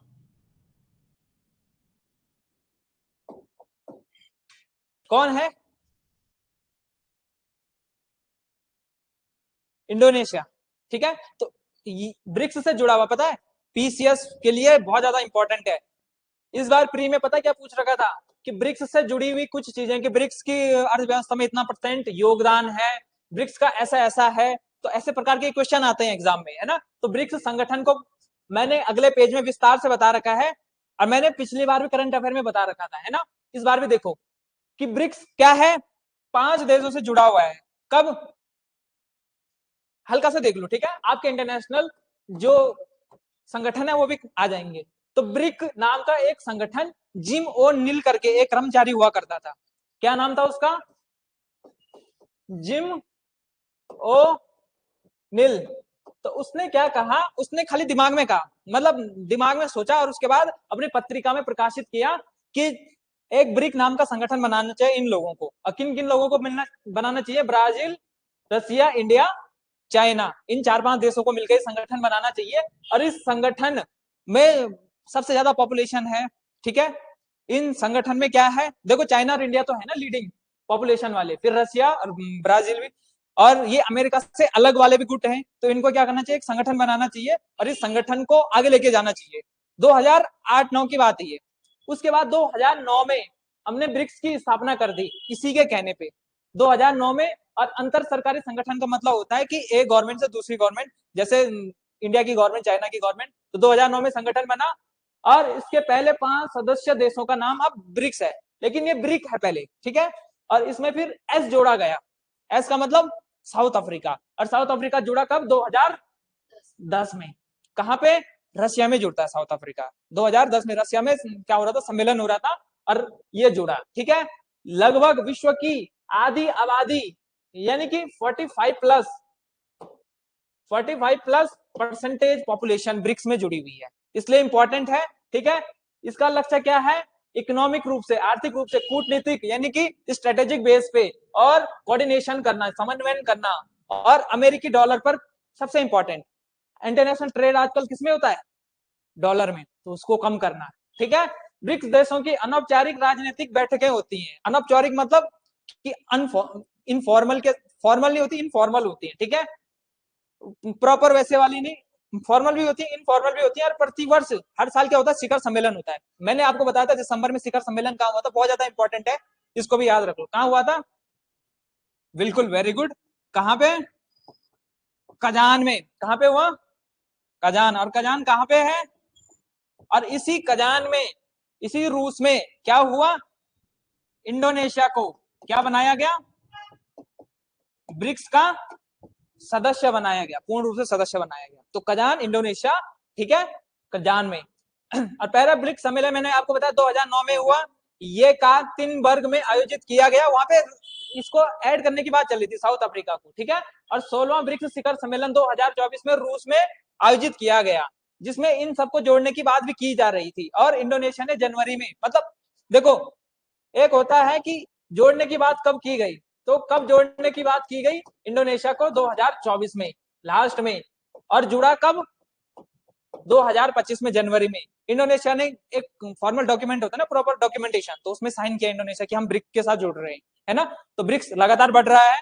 तो देखो आपको कौन कौन से संगठन याद रखने हैं, एक तो ब्रिक्स, और एक पहले शार्क हुआ करता था, एक तो आसियान, इससे बहुत ज्यादा क्वेश्चन पूछे जाते हैं, ठीक है। और एक और है जो, जिसको क्या कहते हैं, मैं नाम भूल रहा हूं उसका, आसियान के सब्स्टिट्यूट के रूप में, बे ऑफ बिम्स्टेक, बिम्स्टेक, ठीक है। तो इन संगठन को आपको अच्छे से करके जाना है, इससे बहुत ज्यादा क्वेश्चन आएंगे हम आने वाले एग्जाम में, क्योंकि फ्यूचर इन संगठन में है, ठीक है। हाल ही में किसने दिल्ली में केंद्रीय आयुर्वेदिक संस्थान के नए भवन की नींव रखी? आयुर्वेद के साथ हम जुड़ रहे हैं, तो किसने नींव रखी भाई? है, क्या बोल रहे हो? अच्छा, जेपी जी नहीं, आपने कहा क्योंकि हेल्थ मिनिस्टर है तो इसलिए, है ना। लॉजिक सही लगा है, लेकिन इसका राइट आंसर है मोदी जी। बस कभी भी ऐसे याद रखो कि धार्मिक चीजों में या पारंपरिक ऐसी चीजों में मोदी जी इनोग्रेशन करेंगे, या इसरो के कोई मिशन होंगे तो उनमें मोदी जी रहते हैं यूजुअली, है ना। तो दिल्ली में बन रहा है पहली बात, और आयुर्वेदिक संस्थान का नया भवन बन रहा है ना। तो ऐसे, क्योंकि पिछली बार यूपीएससी ने पता कैसे क्वेश्चन पूछ रखा था कि जो नए नाम चेंज हुए थे ना, अशोका हॉल, ये हॉल राष्ट्रपति भवन के, तो उसी प्रकार के इस क्वेश्चन का लिंक हो सकता है कि इसका नाम क्या है और किसने कहाँ स्थापित किया। वर्तमान में भारत दुनिया का सबसे बड़ा मेट्रो नेटवर्क बन गया है, पहला, दूसरा, तीसरा। India has become the largest metro rail network. बताओ भाई ऑनलाइन वालों, देख रहा हूं मैं। सी सी सी सी, वेरी गुड। सी सी सी बी, बताओ। दूसरा कि पहला? देखो इसका राइट आंसर है, पहले नंबर पे है यूएसए, सॉरी चाइना। चाइना को हम कैसे भूल सकते हैं? तो मेट्रो में सबसे ज्यादा जो नेटवर्क है 2025 के डेटा के अनुसार, वो चाइना पहले नंबर पे है, दूसरे नंबर पे यूएस, और तीसरे नंबर पे आता है इंडिया। पहले इंडिया नहीं था, पता आपको? इस बार इंडिया तीसरे नंबर पे आ चुका है, क्योंकि कलकत्ता में, बेंगलुरु में, मुंबई में, दिल्ली में, यहाँ तक कि देहरादून में भी है। हालांकि देहरादून में अभी इसके जो निदेशक हैं उन्होंने रिजाइन दे दिया है। न्यूज़पेपर में आ रहा था कि भाई तुम कब मेट्रो लेके आ रहे हो, इसके अधिकारी तो तुम भगा रहे हो, है ना।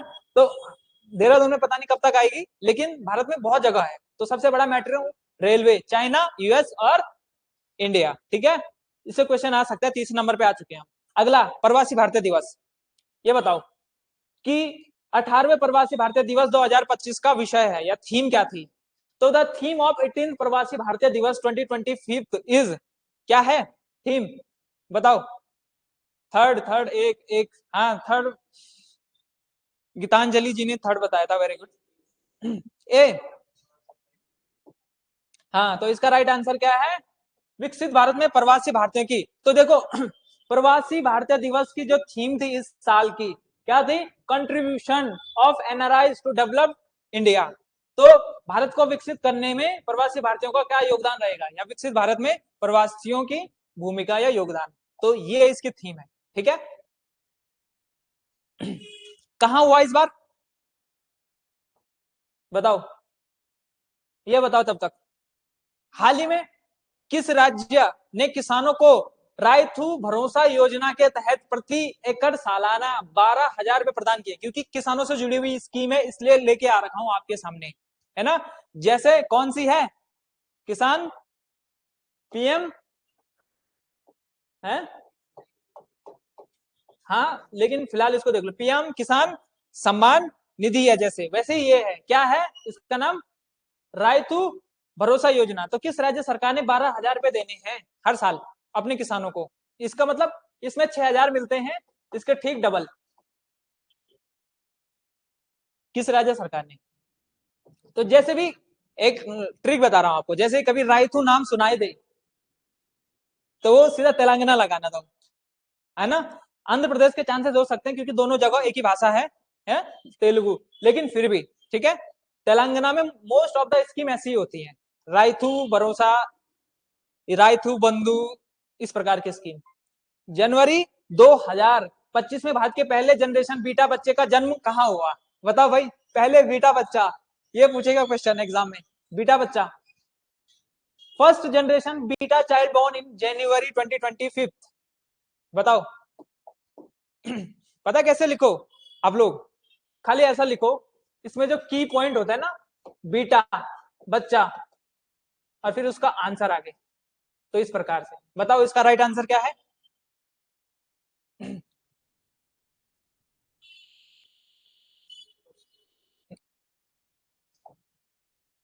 शिलोंग नहीं है, आइजोल। देखो, भारत का पहला जनरेशन बीटा बच्चा मिजोरम के आइजोल। मिजोरम कहाँ पे है? मैप में देख लो एक बार, ठीक है। ये कुछ नॉर्थ ईस्ट का इस प्रकार से मैप है, और ये यहाँ पे मिजोरम है, तो इसकी राजधानी आइजोल में। अब बीटा बच्चा क्या होता है समझो। बीटा बच्चा का जैसे जेनजी कहते हैं ना, जेनजी किसे कहते हैं? 2000 में जन्म लेने वाले सारे बच्चे, या उसके बाद जेनजी होते हैं, कहते हैं ना जेनजी, जनरेशन जेड, है ना।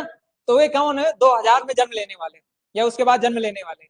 अगर आपकी बर्थ डेट ऑफ बर्थ क्या है? 2000 या उसके बाद है, तो आप जेनजी हो, ठीक है।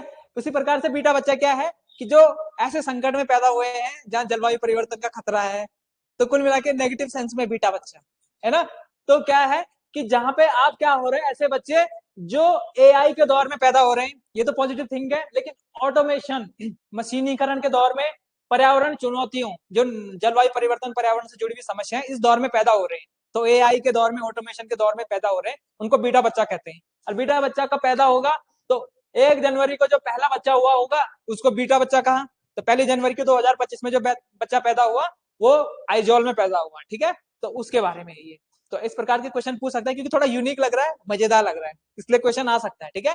तो बीटा का मतलब ये है और आइजोल में हुआ।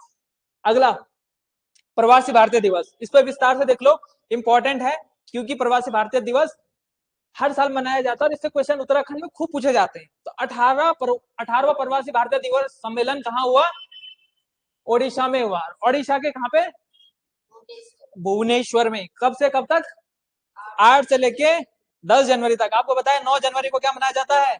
अंतरराष्ट्रीय प्रवासी भारतीय दिवस मनाया जाता है। क्यों मनाया जाता है? हाँ भाई अक्षय, युवराज, तुम दोनों, आप दोनों, बिल्कुल, बहुत बढ़िया। तो महात्मा गांधी क्या आते हैं? साउथ अफ्रीका से भारत आते हैं। कब? 1915 में। 1915 में भारत आते हैं, इसलिए प्रवासी भारतीय दिवस मनाया जाता है ना। और 9 जनवरी को मनाया जाता है, किसके कहने पे? अटल बिहारी वाजपेयी जी ने 2003 में इसकी शुरुआत करने की बात कही थी, 2003 में। फिर मोदी जी ने तो प्रॉपर ही शुरू कर दिया था इसको, है ना। तो इस पूर्वी भारत में सबसे इंपॉर्टेंट क्यों है इस बार का?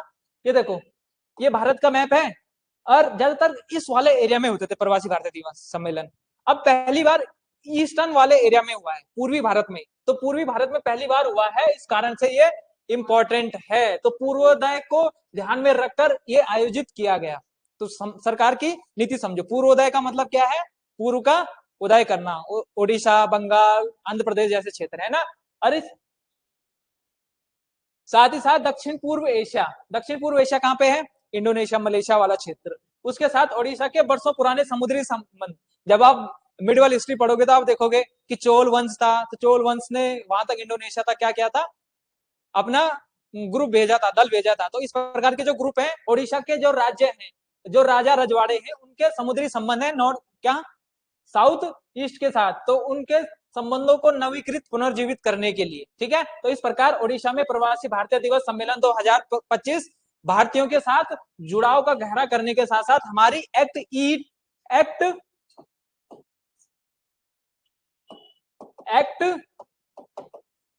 East policy. एक्ट ईस्ट का मतलब क्या है? कि भारत के जो पूर्व में है, इंडोनेशिया, मलेशिया, म्यांमार, थाईलैंड, ऐसे देशों के साथ संबंध बनाना है, ठीक है। और प्रवासी भारतीय दिवस 2025 में 75 से अधिक देशों के प्रतिनिधियों ने क्या किया? भाग लिया। अभी इसमें एक पुरस्कार भी आएगा, ठीक है, उसके बारे में चर्चा करेंगे। हाल ही में रक्षा मंत्रालय ने किस वर्ष को सुधारों का वर्ष घोषित किया? तो रक्षा मंत्रालय ने किस वर्ष को सुधारों का वर्ष घोषित किया होगा? कि हम इस साल को सुधारों का साल घोषित करेंगे। नियरेस्ट आप क्या? इसी वर्ष को 2025 को 24 को बोल रहे हो भाई। हाल ही में किसके द्वारा ग्रामीण भारत महोत्सव 2025 का उद्घाटन किया? ग्रामीण भारत है, ग्रामीण से जुड़ा हुआ है, तो इसलिए इंपॉर्टेंट है, क्योंकि रूरल जो एरिया है हमारा उतना विकसित नहीं है, तो उसके लिए ग्रामीण भारत महोत्सव। हाँ बिल्कुल, ऐसी बड़ी बड़ी चीजें हमारे प्रधानमंत्री करते हैं इनोग्रेट, ठीक है। तो प्रधानमंत्री जी ने ग्रामीण भारत, है ना, भारत ने जीडीपी के आधार पर, मोस्ट इंपॉर्टेंट है इकोनॉमिक्स के लिए, जीडीपी के आधार पर जीडीपी के लिए जो हमारी ग्रॉस डोमेस्टिक प्रोडक्ट होता है, उसके लिए एक बेस ईयर होता है, जिसको क्या कहते हैं? आधार वर्ष। उसके आधार पर हम कैलकुलेशन करते हैं। तो कौन सा हमने नया आधार वर्ष बनाया है? Which is revise GDP base year for India? बताओ आधार वर्ष क्या है?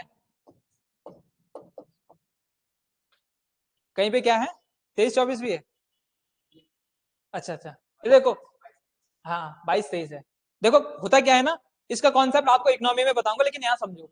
यूजुअली क्या होता है हमारे देश में, कितना एक साल में हम कितना प्रोडक्शन कर रहे हैं, मतलब कितना कितना पैसा आ रहा है। आप चाहे नाई का काम कर रहे हैं, चाहे सिलाई मास्टर का काम कर रहे हैं, चाहे आईएएस ऑफिसर हैं, तो सबसे क्या हो रहा है? पैसा जनरेट हो रहा है। आप फैक्ट्री में कुछ चीजें बना रहे हैं, कार बना रहे हैं, कुछ भी बना रहे हैं, तो उनसे क्या हो रहा है, पैसा इकट्ठा हो रहा है। तो हम देखते हैं कि एक साल में कितना रुपया हमने बनाया, एक साल में कितना रुपया बना, उसको कहते हैं जीडीपी, ठीक है, ग्रॉस डोमेस्टिक प्रोडक्ट। उसी प्रकार से राज्य में होता है जीएसडीपी, है ना, क्योंकि उसमें एस जुड़ जाता है, एस का मतलब स्टेट, तो ग्रॉस स्टेट डोमेस्टिक प्रोडक्ट। मैंने आपको बताया था जीएसडीपी में पहले नंबर पे कौन था, महाराष्ट्र, ठीक है। अब जीडीपी जो होती है एक देश की होती है, उसको कैलकुलेट किया जाता है कंपैरिजन करने के लिए। कंपैरिजन करने का मतलब क्या है कि 2010 में सामानों की कीमत कितनी रही होगी और 2024 में कितनी है, और 2010 के हिसाब से हम किस आधार कहां पे एग्जिस्ट करते हैं, कुल मिला के क्या है, कंपैरिजन करने के लिए कीमतों की। तो पहले होता था आधार वर्ष 2011-12, लंबे समय से चल रहा था, 11-12 साल हो गए थे, तो 2011-12 था पहले हमारा आधार वर्ष। तो इसके प्राइस उस समय 2011-12 में टमाटर की कीमत क्या थी, आज क्या है, उसके आधार पे हम जीडीपी को कैलकुलेट करते थे, और जीडीपी कमी आती थी क्योंकि उस समय जो चीजों के भाव रहेंगे वो कम ही रहे होंगे। तो पहले था आधार वर्ष ये, अब सरकार ने आधार वर्ष को 2022-23 कर दिया है, ठीक है। अच्छा, एक और क्वेश्चन आपके लिए है कि जीडीपी कैलकुलेशन कौन करता है, ये क्वेश्चन आएगा एग्जाम में, बताओ भाई ऑनलाइन वालों, कौन करता है जीडीपी की कैलकुलेशन। अब यहां मत देखना, सीएसओ नाम सुना है, केंद्रीय सांख्यिकी संगठन, लेकिन अब क्वेश्चन ऐसे भी आ सकता है क्योंकि सीएसओ का और NSSO national sample survey organisation और सेंट्रल स्टैटिकल ऑफिस, इन दोनों का हो चुका है विलय, अब इनका मर्जर हो गया है या विलय हो चुका है, तो अब इसको नाम क्या दिया है हमने, इसका एन उठा लिया और इसका एस उठा लिया, जैसे विराट और अनुष्का को विरुष्का कह दिया, वैसे सीएसओ एनएसएस को एनएसओ, ठीक है। तो चाहे सीएसओ है चाहे एनएसओ है, एक ही चीज है, देख लेना, ठीक है। तो केंद्रीय सांख्यिकी संगठन, तो इस प्रकार से कौन जीडीपी की कैलकुलेशन कौन करता है, तो सीएसओ या एनएसओ, ठीक है भाई। तो 2011-12 हमारा पहला बेस ईयर था, अब हमारा बेस ईयर ये हो चुका है।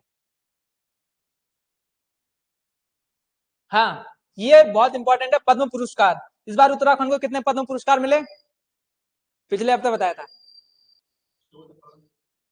3 मिले हैं। गेंडजर गेंडजर दंपति, कॉलिन और ह्यू, है ना, पति पत्नी, और दूसरा किसको मिला था, राधा बहन जी। राधा बहन जी कौन है ये, पहाड़ की है, लेकिन क्या है, किससे जुड़ी हुई है, कौसानी में एक आश्रम है, लक्ष्मी आश्रम, लक्ष्मी आश्रम से जुड़ी हुई है। किसने खोला था, सरला बहन, गांधी जी की शिष्या मिस कैथरीन हाइलामन, तो उनका जो आश्रम है उससे जुड़ी हुई राधा बहन भट्ट।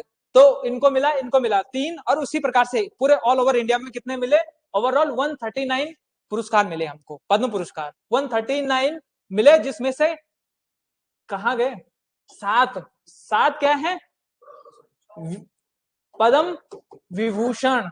सबसे पहले आपको पता है भारत रत्न आता है, फिर पद्म विभूषण आता है, फिर पद्म भूषण आता है, और फिर पद्मश्री आता है, ठीक है।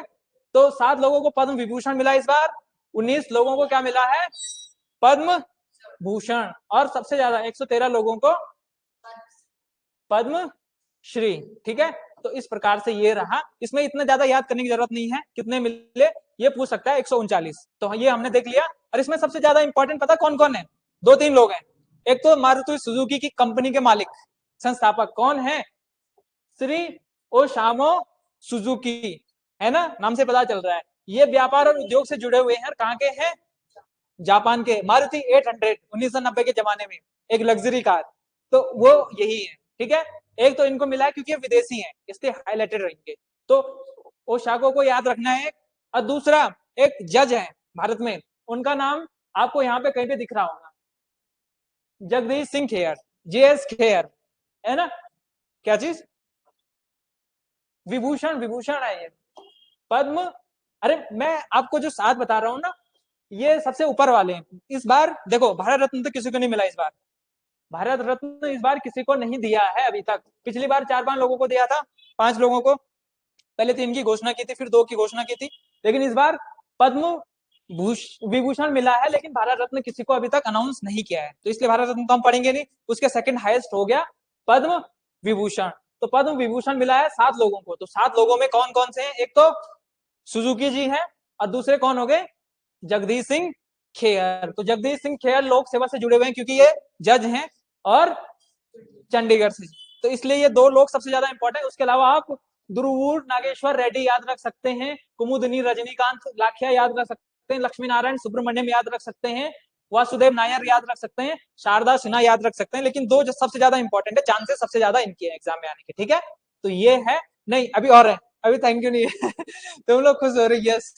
अब स्टैटिक है जो सबसे इंपॉर्टेंट है, जो बाकी हमारे साथ जुड़े हुए लोग हैं, आप समझ लो सबसे ज्यादा इंपॉर्टेंट ये है डेटा, जो कि आपके मेंस और प्री दोनों में काम आएगा, आपके ग्रुप सी में भी काम आएगा, है ना। तो देखो, अब थोड़ा सा फोटो के साथ है तो कम बोरिंग लगेगा मेरे ख्याल से आपको ठीक है। अरे मत बोलो कि अरे सर इतना मत दिखाओ। तो ये हमने देख लिया। अब देखो, हमने देखा था खेल रत्न पुरस्कार 4 लोगों को मिला है। कौन कौन? मनु भाकर, हरमनप्रीत, डी गुकेश और प्रवीण जी। तो इन लोगों को मिला, इसके बारे में ये मैंने आपको बता दिया। भारत खेल रत्न में क्या होता है? 25 लाख की सम्मान राशि है। कितने की? 25 लाख की। एक मेडल मिलेगा आपको, और क्या मिलेगा? एक प्रशस्ति पत्र मिलेगा, जिसपे लिखा होगा कि हम इनको सम्मानित करते हुए खुद सम्मानित हो रहे हैं, ऐसे ऐसे कुछ, ठीक है। अर्जुन पुरस्कार, पहले अर्जुन पुरस्कार बहुत आता था, है ना, लेकिन अब खेल रत्न ने ज्यादा महत्व दिखा दिया है। राजीव गांधी खेल रत्न कहते थे इसको पहले, अब अर्जुन पुरस्कार कितना? 5 लाख रुपए, ठीक है। और अर्जुन की मूर्ति दी जाती है, इसलिए अर्जुन पुरस्कार, ठीक है भाई। तो खिलाड़ियों के लिए है। अच्छा, एक ये डीप सीक बहुत ज्यादा न्यूज में आ रहा था, है ना। क्यों आ रहा था डीप सीक न्यूज में? क्योंकि डीप सीक ने अमेरिका को बिल्कुल तहस नहस कर दिया, कि अमेरिका बोल रहा है यार तुम लोग इतने सस्ते में कैसे लेके आ गए डीप सीक। और भारत भी एक क्या कर रहा है, इसी प्रकार की टेक्नोलॉजी पे काम कर रहा है, एआई बेस्ड, इसलिए इंपॉर्टेंट है। तो डीप सीक कहाँ की है? चीन की। पहला क्वेश्चन ये पूछेगा, यूके ट्रिपल एससी और यूके पीएससी पूछता है। और कहाँ? स्टार्टअप है। क्या है ये? स्टार्टअप मतलब एक नई नई उभरती कंपनी है। इसने चैट बॉक्स किया है लॉन्च। क्या कहेंगे इसको? Chat box. जैसे कौन सा है? चैट जीपीटी है, इसी प्रकार से, है ना। कॉपी लॉट हो गया, इसी प्रकार के है ये, ठीक है। अब भारत ने क्या किया है डीप सी के साथ? एक अश्वनी अश्वनी वैष्णव है ना, information technology minister, IT minister, तो उन्होंने बताया है कि भारत भी अपना इसी प्रकार का एक चैट बॉक्स लॉन्च कर रहा है।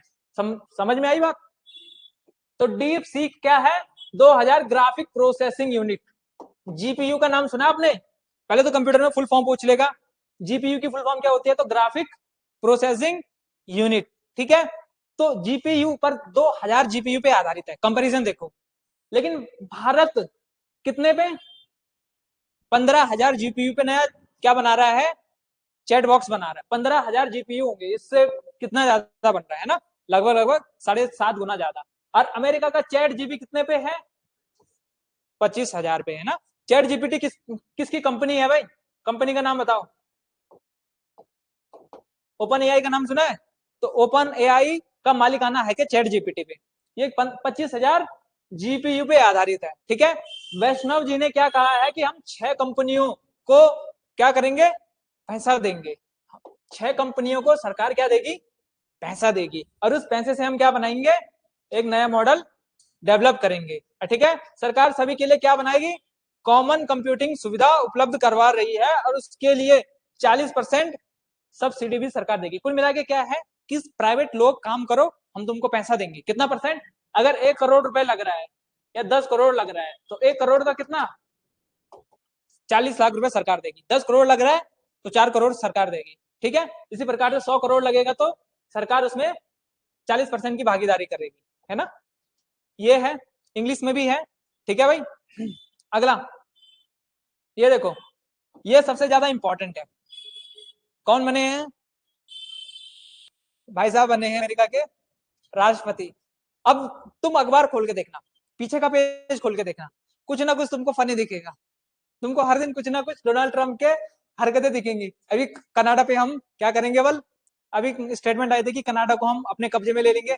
फिर कुछ गाजा पट्टी में जो हमले चल रहे हैं, कह रहे हैं कि गाजा पट्टी को हम डेवलप करेंगे वहां के फिलिस्तीनियों को ट्रांसफर करके, है ना। इसी प्रकार से पनामा नहर पे भी ये बोल रहे थे कि पनामा नहर को हम कब्जा लेंगे। तो इस प्रकार के बहुत सारे स्टेटमेंट देते रहेंगे। अभी इन्होंने क्या किया, जैसे अमेरिका के राष्ट्रपति बने तो इन्होंने जो टैक्स वगैरह है वो बढ़ा दिए, चाइना के साथ बढ़ा दिए, अपने उसके पड़ोसी देश, ऊपर कौन है कनाडा, नीचे कौन है मैक्सिको। तो मैक्सिको और कनाडा के साथ क्या कर दिए, टैक्स हाइक कर दी। किसने, इन्होंने। हालांकि 1 महीने की रिलैक्सेशन दे रखी है, लेकिन क्या किया, कुल मिला के इनके ऐसे वाली न्यूज आपको दिखेंगे जो बहुत भड़काऊ टाइप के होंगे। तो इन्होंने सबसे इंपॉर्टेंट जो ये है, पेरिस जलवायु संधि, पता है आपको कब हुई थी, 2015 में हुई थी। और ये क्यों है इंपॉर्टेंट, क्योंकि इस जलवायु संधि में बताया गया था कि हम भारत, सॉरी पूरा विश्व, जो जलवायु है उसको 1.5 डिग्री से ज्यादा नहीं बढ़ने देंगे। मतलब जिस स्तर पे है उससे हम उसको कम करने का प्रयास करेंगे, है ना। क्लाइमेट को कम करने का प्रयास करेंगे, चेंजेस को रोकने का प्रयास करेंगे, जो क्लाइमेट चेंजेस हैं। 2015 में संधि होती है, और इसमें सबसे ज्यादा जो सबसे इंपॉर्टेंट चीज क्या थी, वो थी डॉलर की। जो विकसित देश हैं वो हम जैसे देशों को या गरीब देशों को पैसा देंगे। क्यों देंगे पैसा, कि हम अपने यहाँ डेवलपमेंट कर सकें। डेवलपमेंट का मतलब समझ रहे हो, कि हम देखो भाई, आजकल भारत में आपने देखा होगा लगभग 60% प्लस, 60% प्लस जो बिजली बनती है वो किससे बनती है, अब तुम लोग ये मत बोलना टिहरी डैम से बन रही है, ये बनती है कोयले से। वैसे तो एग्जैक्ट डेटा 67% है, लेकिन ये डेटा फ्लक्चुएट होता रहता है। कोल से बनती है 67% बिजली अभी भी। इसका मतलब समझ रहे हो कि कार्बन एमिशन कितना ज्यादा हो रहा है ना। तो उस टेक्नोलॉजी को हमको रिप्लेस करना है, हमको हाइड्रोजन पे आधारित या फिर पानी पे आधारित बिजली बनानी है, या क्या सोलर प्लानिट क्या लगाने, सोलर सेल लगाने हैं। तो उसके लिए पैसा तो चाहिए, तो पैसा कौन देगा, ये विकसित देश देंगे। अब अमेरिका ने कहा कि हम वापस जा रहे हैं, हम नहीं दे रहे तुमको पैसा वैसा। तो इस कारण से ये इंपॉर्टेंट है। तो पेरिस जलवायु समझौते से अमेरिका पीछे हट चुका है, पहली न्यूज। दूसरी, कोविड के दौरान जो गाइडलाइंस थी, सबको स्कूल में बंद कर दिया जाएगा जो गांव से आ रखे हैं। तो ये उसी दौरान की जो बात है ना, WHO, ये इसने गाइडलाइंस जारी की थी, और इससे भी अमेरिका पीछे हट चुका है। और अभी और संगठनों से पीछे हटेगा अगर मैं आपको पढ़ाऊंगा तो शायद मुझे नहीं लगता कि वो अतिशोक्ति होगी, क्योंकि ट्रम्प तो है ही, अमेरिका के लोगों के जो वोट बैंक है उसके लिए काम कर रहे हैं। अभी आपने कल परसों न्यूज सुनी होगी, 104 लोग अमृतसर में आए, विमान से उतरे, है ना। वो क्यों, क्योंकि जो अवैध प्रवासी वहां रहते हैं, डंकी रूट से सुना है ना, मैक्सिको से होके जाते हैं अंदर, तो उनको भारत भेज रहे हैं अब। तो मेरे को लग रहा है अब हजारों भारतीय वापस आने वाले हैं, ठीक है। तो ये इंग्लिश में है। एक और निसार मिशन है। अब यहां से शुरू होता है भाई तुम्हारा इंफॉर्मेशन टेक्नोलॉजी, ठीक है। निसार मिशन, निसार का मतलब समझ लो, NASA, ISRO, synthetic aperture radar. तो पहला है, इसलिए इंपॉर्टेंट है क्योंकि इसको नासा भी और इसरो भी दोनों मिलके काम कर रहे हैं, ठीक है। अभी तक क्या होता था ना, ये इसलिए पता क्यों इंपॉर्टेंट है, एक लड़का है, ये 25 साल का है, और एक 2 साल का लड़का है। तो हमको विश्व में ऐसे देखा जाता था, इसको समझा जाता था नासा और इसको समझा जाता था इसरो। अब कभी इनकी दोस्ती हो सकती है, कभी ये साथ मिलकर बैठ के कुछ डिसीजन ले सकते हैं, ऐसा समझा जाता है। अब इसरो ने इतना ज्यादा तहलका मचा रखा है वर्ल्ड में कि इसरो इसके कद पे, इससे बढ़िया ही बनाएंगे हम अपने देश का है। तो इसरो इसके कद से ऊपर पहुंच चुका है, या इसके कद पे पहुंच चुका है, सस्ते में बना रहा है। तो अब नासा और इसरो इस लेवल पे आ चुके हैं कि आपस में बात कर रहे हैं, समझ में आता। तो इसलिए निसार बहुत ज्यादा इंपॉर्टेंट है ना। तो इंपॉर्टेंस मैं आपको साथ में बताता चल रहा हूँ, इसलिए आपको समझ में इजी आएगा।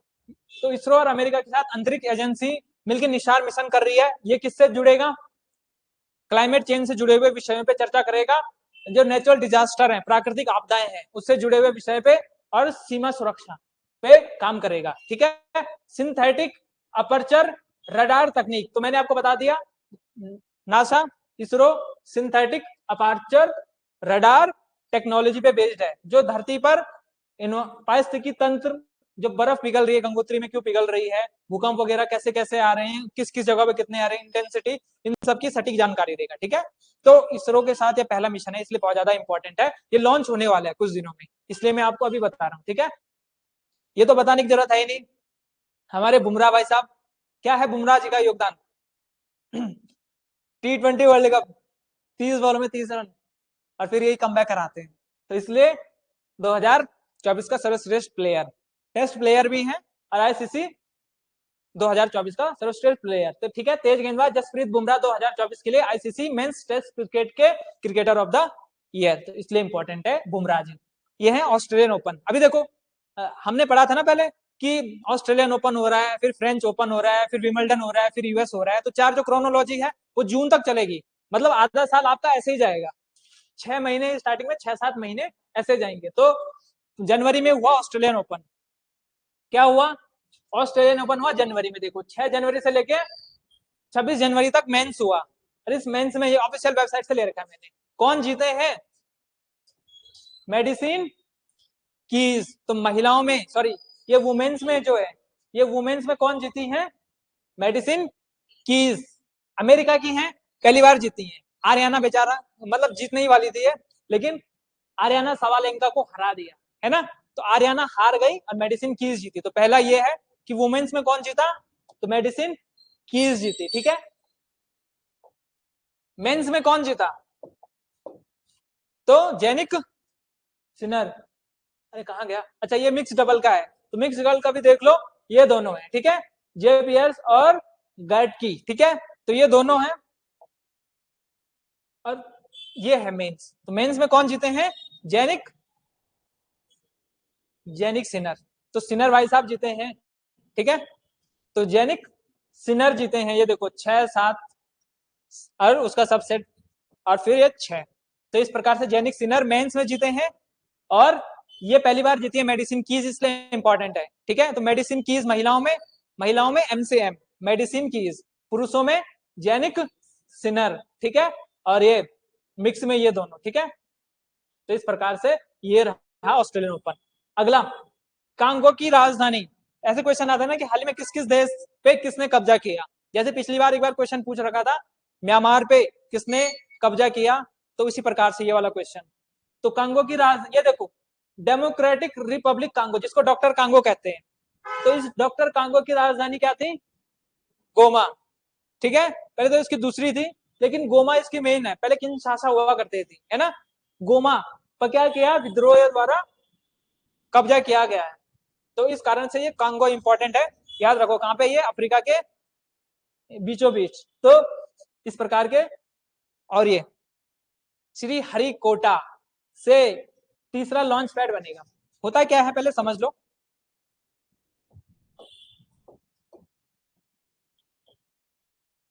ये क्या है? ये क्या दिख रहा है आपको? रॉकेट। तो इस रॉकेट को जहां से उड़ाया जाता है उसको कहते हैं लॉन्च पैड।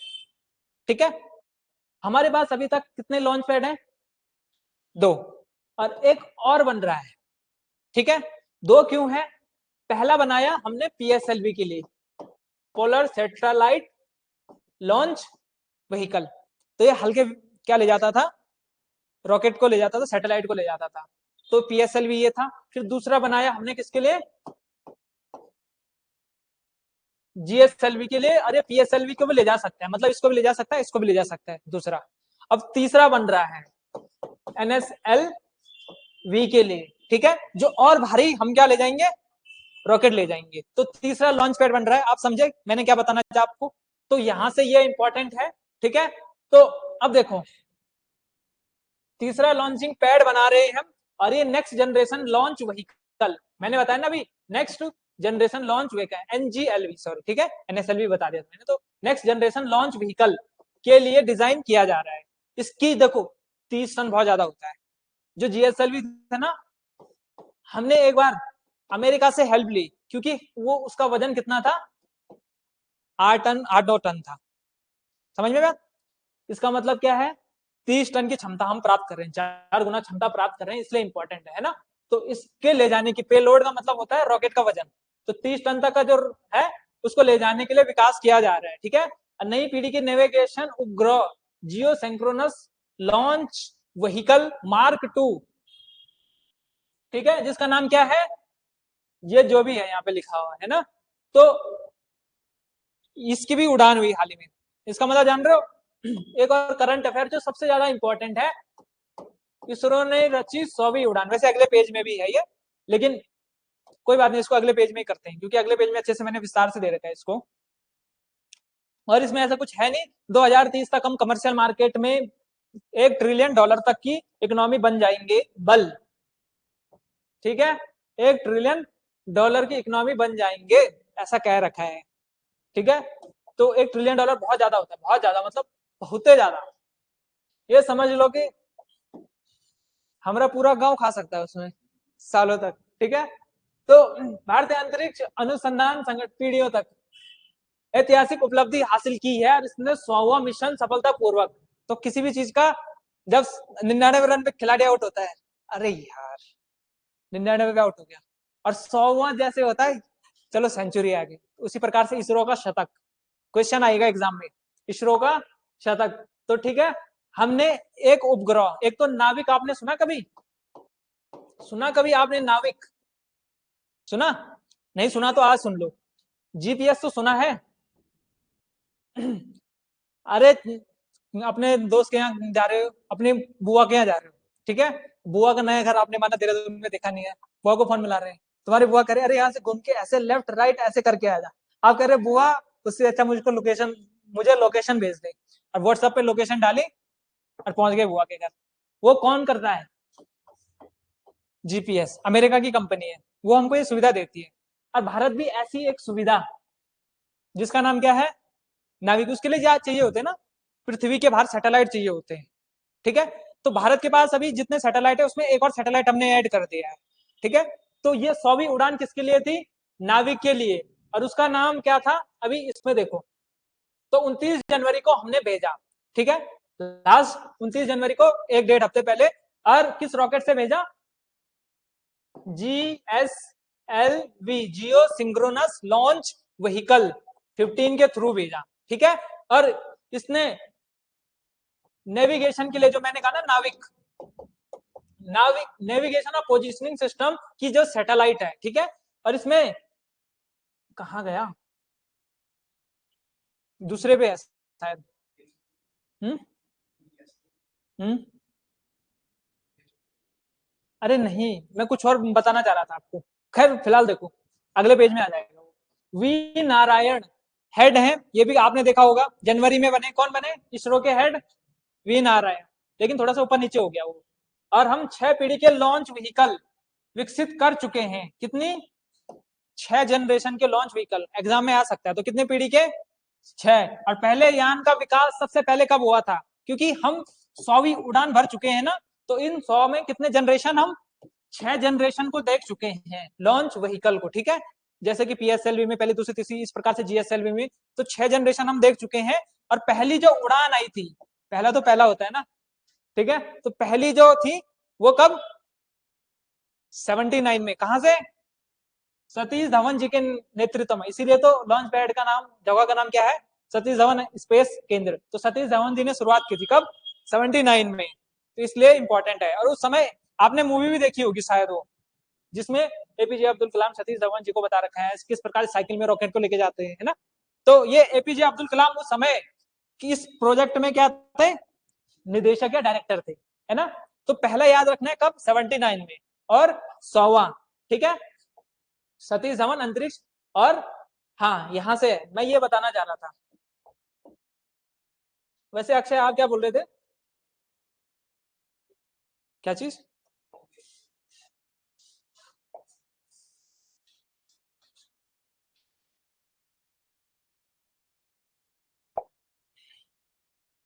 हाँ NVS2, उसका नाम बोल रहे थे ना आप, कि वो नाम क्या है, तो देखो NVS2 से भारत के रीजनल नेविगेशन सैटेलाइट सिस्टम, अब कितने थे पहले, 4, मिनिमम 4 चाहिए चाहिए होते हैं, अभी हम 6-7 की परियोजना बना रहे हैं, लेकिन 4 तो हमारे पास हैं, और एक और जोड़ रहे हैं, तो कितने हो जाएंगे अब, 5 हो जाएंगे। तो NVS2 से, तो इस सैटेलाइट का नाम क्या है, नेविगेशन सैटेलाइट सिस्टम इस प्रकार से, ठीक है। और मैंने आपको बताया नाविक, नाविक क्या है भाई, तो नाविक का मतलब है नेविगेशन विद इंडियन कॉन्स्टिलेशन। नाविक में नेविगेशन और आई का मतलब इंडियन और कॉन्स्टिलेशन मतलब भारतीय क्षेत्र, जैसे भारत है ना, तो इसका मतलब क्या है कि केवल इस वाले क्षेत्र में ये आपको नेविगेशन की सुविधा नहीं देगा, इसके अलावा अक्रॉस लगभग 1500 किलोमीटर तक, 1500 किलोमीटर इसके बाहर, इसका मतलब जान रहे हो, श्रीलंका भी इसमें आ सकता है, यहाँ पे म्यांमार भी आ सकता है, यहाँ पे पाकिस्तान भी आ सकता है, और भूटान बांग्लादेश तो आएगा ही आएगा, है ना। तो 1500 उसके आसपास के क्षेत्र में हम क्या दे सकते हैं, जीपीएस की सुविधा दे सकते हैं, नेविगेशन की सुविधा दे सकते हैं, है ना। और इसके लिए मैं आपको बता दूं, सार्क आपने सुना है, SAARC South Asia association regional, है ना, सुना है, एक संगठन है साउथ एशिया एसोसिएशन, तो इसमें एक मेंबर है, उसका नाम है पाकिस्तान, तो उसको हमने ऑफर भी किया था कि हम अपनी जीपीएस देते हैं आपको, पाकिस्तानी का नहीं, तुम लोग निगरानी नहीं रख रहे हो इसलिए हम नहीं लेंगे तुम्हारा, है ना। तो इस प्रकार की चीजें भी घटित हुई हैं पास्ट में, तो नाविक इसलिए इंपॉर्टेंट है, ठीक है। तो ये क्या होगा, यूजर्स के लिए आपकी सटीक पोजिशनिंग सिस्टम बताएगा कि अरे तू तो यहाँ पे पहुंच गया, अपने जीपीएस में आप देख रहे हो, अरे मैं तेरे को लोकेट कर पा रहा हूँ, है ना। इसकी रफ्तार और समय बताने के लिए डिजाइन किया गया है। और नाविक देखो, जो जीपीएस है, जीपीएस किसका है, यूएसए का है। चीन का क्या है, बाइडू, चीन का जीपीएस, साइंस टैग में क्वेश्चन पूछेगा, चीन का क्या है, बाइडू। जीपीएस किसका है, अमेरिका का। यूरोप का क्या है, गैलीलियो, ठीक है।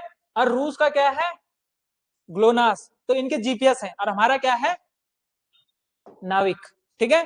तो यूएसए का जीपीएस, चीन का बाइडू, यूरोप का गैलीलियो, रूस का ग्लोनास और इंडिया का नाविक, ये क्या है, सारे ग्लोबल पोजिशनिंग सिस्टम है, ठीक है।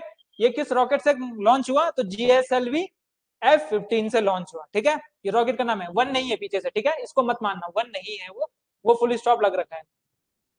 और डेट क्या है, 29 जनवरी। तो इसको रिवीजन कर लेना अच्छे से, बहुत ज्यादा इंपॉर्टेंट है ये वाला करंट अफेयर, ठीक है। दूसरा अगला करंट अफेयर जो मैंने आपको बताना चाह रहा था, ये देखो, ये दो सैटेलाइट है, ठीक है, सैटेलाइट 1, सैटेलाइट 2। अब इनको क्या करना है, आपस में जोड़ना है। अब जोड़ने के लिए क्या, ये टेक्नोलॉजी हमारे पास पहले नहीं थी, भारत अमेरिका पर निर्भर हुआ करता था, समझ रहे हो, ज्यादा तो नहीं हो रहा, समझ में आ रहा है ना। तो देखो, ऐसी टेक्नोलॉजी हमारे पास नहीं हुआ करती थी। अब सुनीता विलियम्स जैसे फंस रखी हैं, तो अमेरिका के पास तो टेक्नोलॉजी है कि वो उनको खाना वाना पहुंचा पा रहा है ना। विलियम विलमोर है या सुनीता विलियम्स है वहां, लेकिन भारत के पास ये टेक्नोलॉजी नहीं थी। अब भारत क्या करेगा, इस टेक्नोलॉजी के लिए अमेरिका पर निर्भर रहेगा, तो भारत ने इस टेक्नोलॉजी को डेवलप कर लिया, इसलिए तो कह रहे हैं इसरो अब बहुत बड़ा बच्चा बन चुका है, मतलब बड़ा आदमी बन चुका है। तो इसने क्या किया, इस टेक्नोलॉजी को डेवलप किया, और ये जो डॉचिंग की प्रोसेस है, इसको ये देखो दूसरी फोटो मिला दिया है ना, तो ये टेक्नोलॉजी है डॉकिंग की, ठीक है। तो पहली बार इसरो ने इसमें सफलता प्राप्त की है, और अभी तक कुछ ही देश हैं गिने चुने, 2-3 देश हैं हमसे आगे बस। तो पहली बार उपग्रहों की सफल डॉकिंग करा के, डॉकिंग मैंने आपको बता दिया, बताने की जरूरत नहीं है, ठीक है। एक ऐतिहासिक सफलता प्राप्त की है, जब दोनों उपग्रह चेजर और टारगेट को, एक चेजर था, समझ रहे हो इसका मतलब, एक चेज करने वाला है और एक टारगेट है, टारगेट ये है, चेजर ये है। तो चेजर और टारगेट को एक दूसरे से जुड़े, तो 100, ये तो न्यूज़पेपर की कटिंग है, तो इसलिए 140 करोड़ लोगों का सीना गर्व से चौड़ा हो गया, ठीक है। इसके पहले केवल यूएस, रूस, चाइना के पास ये प्रोसेस थी, हम चौथा देश है, इसलिए हमारे पास गर्वान्वित होने के बहुत सारे उद्देश्य हैं मतलब कारण है। अंतरिक्ष यान से दूसरे अंतरिक्ष यान के जुड़ने को डॉकिंग कहते हैं, और अंतरिक्ष में जुड़े दो अंतरिक्ष यानों के अलग होने को अनडॉकिंग कहते हैं। तो डॉकिंग मतलब आपस में जुड़ रहे हैं, और अनडॉकिंग मतलब अलग हो रहे हैं। तो डॉकिंग की प्रोसेस को भी हमने पूरा किया है, इसलिए ये भी इंपॉर्टेंट है, ठीक है।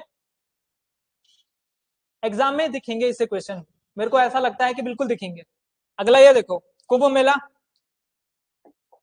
मौनी स्नान 144 साल बाद, और आप लोग अयोध्या जाने की तैयारी में। तो हिंदू तीर्थ यात्रा और धार्मिक पर्व कहाँ पे, प्रयागराज में। हमारे लिए इंपॉर्टेंट क्या है, ज्योग्राफी के पॉइंट ऑफ व्यू से, कहाँ कहाँ पे? एक तो होता है प्रयागराज में, तो प्रयागराज है इलाहाबाद में, गंगा नदी, यमुना नदी, और एक अदृश्य कौन सी नदी? सरस्वती नदी। त्रिवेणी के संगम पे 2025 को मनाया जाता है। और 144 साल क्यों भाई? इससे पहले भी तो हुआ है। 144 साल कैसे है? तो एक अमावस्या होती है, मौनी, मौनी अमावस्या। तो मौनी अमावस्या 144 साल पहले आई थी, इसलिए कहते हैं 144 साल बाद, है ना। तो ये इसलिए इंपॉर्टेंट है। दुनिया का सबसे बड़ा, परसों मैं जब न्यूज़पेपर देख रहा था स्टार्टिंग में, तो एक दिन दुनिया में सबसे ज्यादा लोग किस शहर में एक समय में थे? एक दिन में 8 करोड़ लोग। कितने?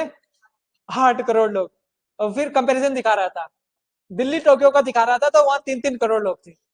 दिल्ली में कितनी ज्यादा जनसंख्या है? दिल्ली में 3 करोड़ लोग, और प्रयागराज में 8 करोड़ लोग। सोचो कैसा माहौल रहा होगा। तो 8 करोड़ लोग, टोक्यो में 3 करोड़ लोग। टोक्यो भी बहुत ज्यादा घनी शहर है जापान का, मतलब घना बसा खूब है। तो इसके बावजूद भी इतना खतरनाक क्रेज है। इस साल तो कुछ ज्यादा ही है। तो 2025 का मैं तो रील में देख के हंस रहा हूँ, बाबा पीट रहे हैं न्यूज पेपर रिपोर्टर। हाँ, कांटे वाटे पे बैठ गए। अरे ऐसे कैसे बैठ रहे हो? वो उसको चुबा रहा कांटा, देख ले अगर नकली कांटा है तो मतलब ऐसा माहौल, हास्यास्पद भी है, धार्मिक भी है, बहुत सारी चीजें अच्छी भी है। तो 2025 का महाकुंभ मेला 13 जनवरी को हुआ। अब न्यूज रिपोर्टर जा ही रहे हैं वहां उल्टे उल्टे सवाल पूछने, तो बाबा तो होंगे क्रोधित, पीट दिया। तब हो गए चुप बेचारे।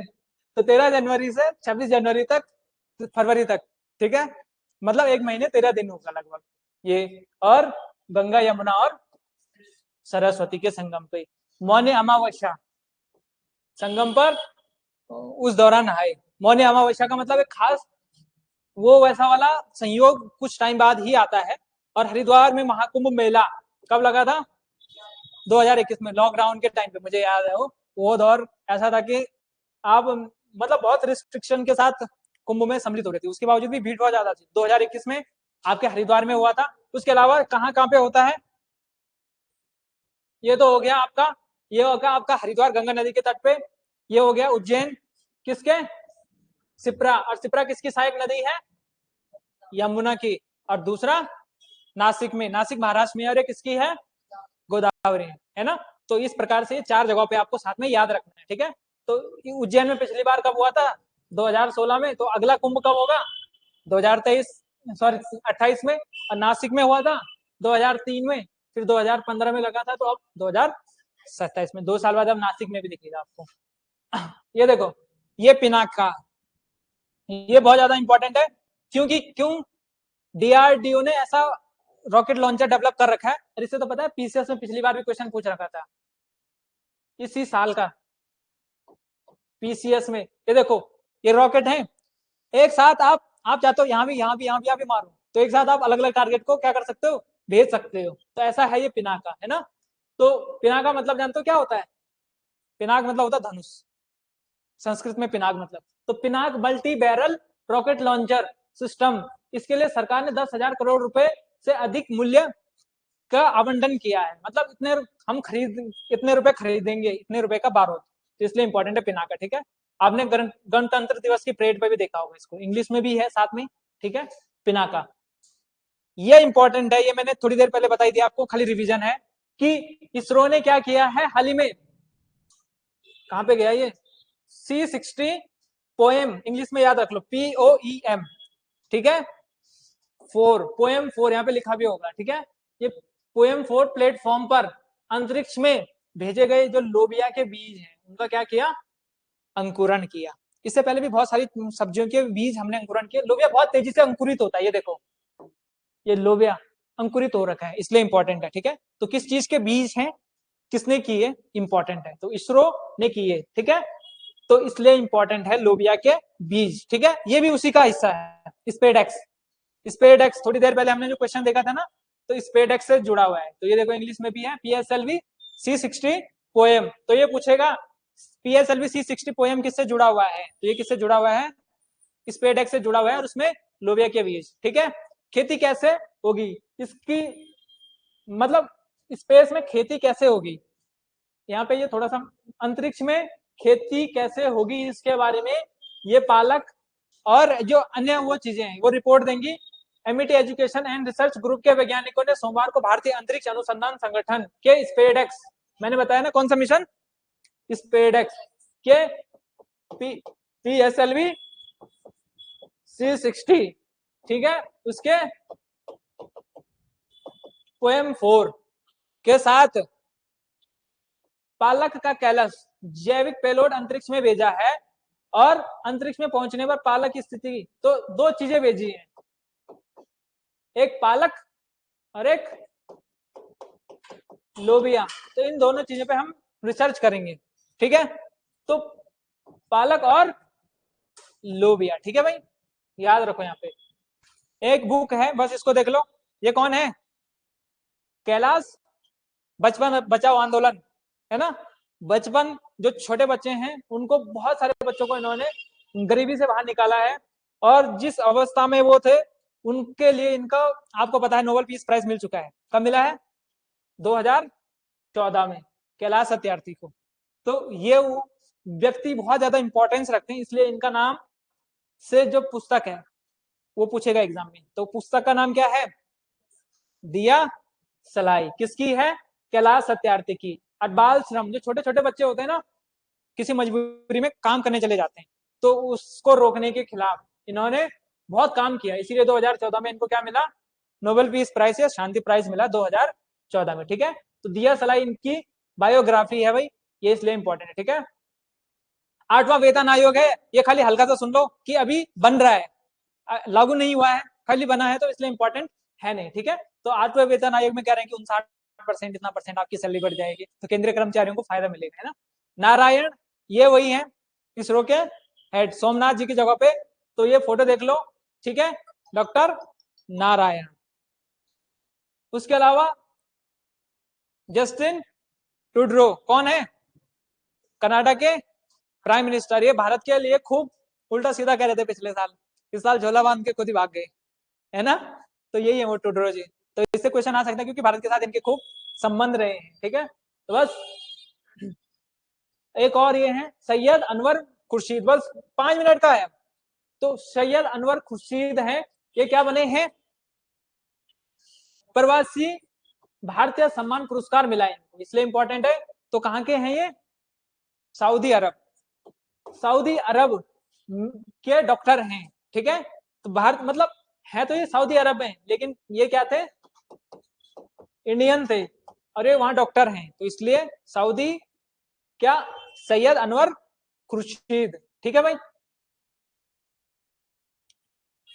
एक और ये है, ये क्या दिख रहे हैं आपको? क्या दिख रहे हैं? ये ड्रेस दिख रही है, लेकिन कैसी ड्रेस है ये? एक परत, दूसरी परत, तीसरी परत, इस प्रकार से बहुत सारी लेयर है। तो जब मल्टी लेयर बना रखी है तो उसका नाम क्या रखा है हमने? हिम कवच। हिम कवच का मतलब है बर्फ से क्या करेगी। तो ये हमारी इंडियन आर्मी के लिए हिम कवच बना रखा है। किसने बनाया? ये DRDO। तो बस ये याद रखना है, हिम कवच का मतलब ये है, ठीक है। तो हिम कवच ये है,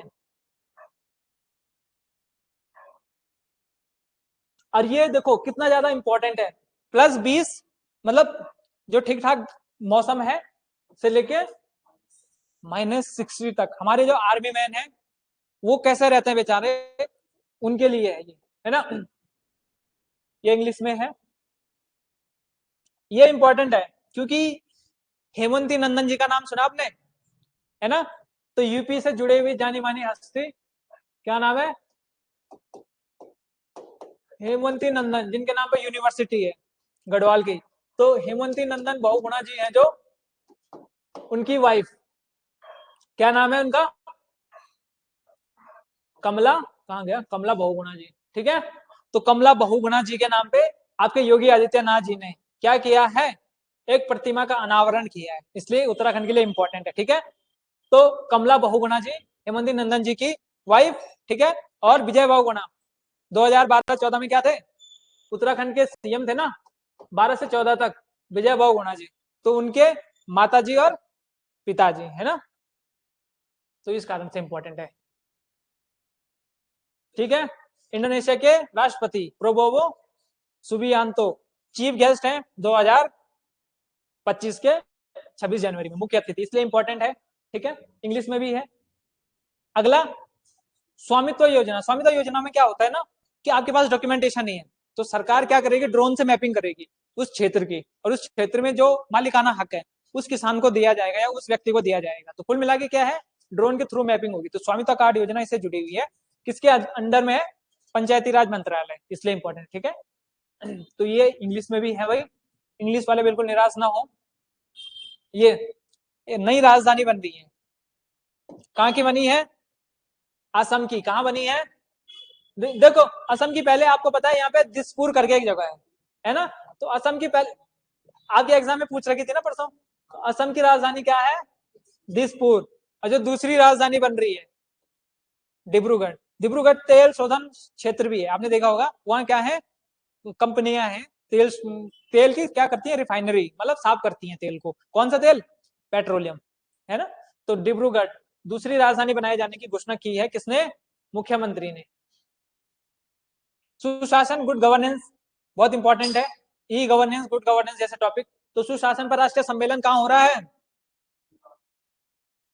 ये कहाँ गया, हाँ तो ये देखो गुजरात के गांधीनगर में 30-31 जनवरी 2025 को क्या हुआ, गुड गवर्नेंस पर सम्मेलन हुआ। तो national conference on good governance, सुशासन पे सम्मेलन हुआ। ठीक है भाई, तो इसलिए ये इंपॉर्टेंट है।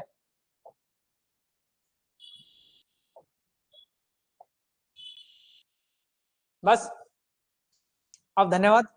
अब कह रहे होंगे लोग, आप लोग पीछा छोटा करंट अफेयर से, लेकिन एक महीने के करंट अफेयर ऐसे ही होते हैं यार, 1-1.5 घंटा, कितना टाइम हुआ होगा, नहीं 2 नहीं हुए, 1.5 घंटा हुआ है। हाँ तो 1.5 घंटे में ऐसे ही होता है। तो आप लोगों का धन्यवाद। ऑनलाइन वालों का कोई प्रश्न है, कोई कंफ्यूजन है अगर तो पूछ लो भाई, मैं आपके प्रश्न देख रहा हूँ। समझ में आया कुछ, रिवीजन कर रहा हूँ सर, नहीं हम खुद ही घर में कर लेंगे, बताओ। Thank you sir. जी फौजिया जी, शनिवार से इधर आ जाना, तुम लोग इधर आओगे तो ज्यादा बेहतर तरीके से चीजों को और अच्छे से समझ पाओगे।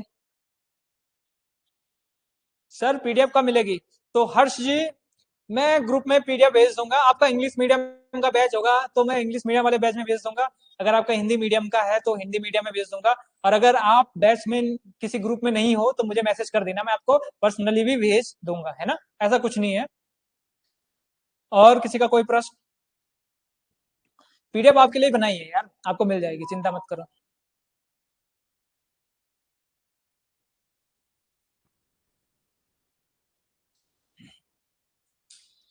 जी जी हर्ष जी वेलकम जी। रामपाल जी वैसे ना उत्तराखंड का, रामपाल जी का प्रश्न है कि कुछ यूके का भी करवा दो। अब उत्तराखंड में जो कुछ कुछ बचे हुए थे वो मैंने आपको बता दिए, जैसे कि महाभारत में जो वन था, है ना, जो बहुगुणा जी हैं, कमला बहुगुणा जी, कुछ कुछ क्वेश्चन उत्तराखंड के यहाँ हो चुके हैं। 2-4 क्वेश्चन होंगे वो फरवरी वाले, अगले हफ्ते हम उत्तराखंड के फरवरी के करंट अफेयर करेंगे, उसमें आपको सारा डिटेल दे दिया जाएगा, है ना।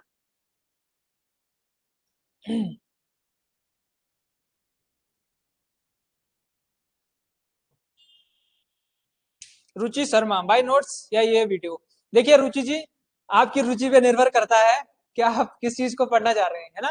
तो अगर आप बाय नोट्स याद कर पा रहे हैं तो बहुत बढ़िया है ना, क्योंकि उसमें क्या होगा कि रिवीजन फास्ट होगा। अगर आप वीडियो के थ्रू याद करने में सक्षम है तो हमारे यहाँ पे 2.5x तक, यानी कि 2.5 गुना स्पीड में भी आप देख सकते हैं वीडियो को बाद में। तो आप पे निर्भर करता है जैसे भी आप करना चाहिए, है ना। तो डिपेंड करता है कि आप किस प्रकार से, किस स्पीड में, किस तरह से करना चाहते हैं, दोनों ही ठीक है। लेकिन मैं सजेशन दूंगा कि आप नोट्स के थ्रू करो। ओके सर, थैंक यू है।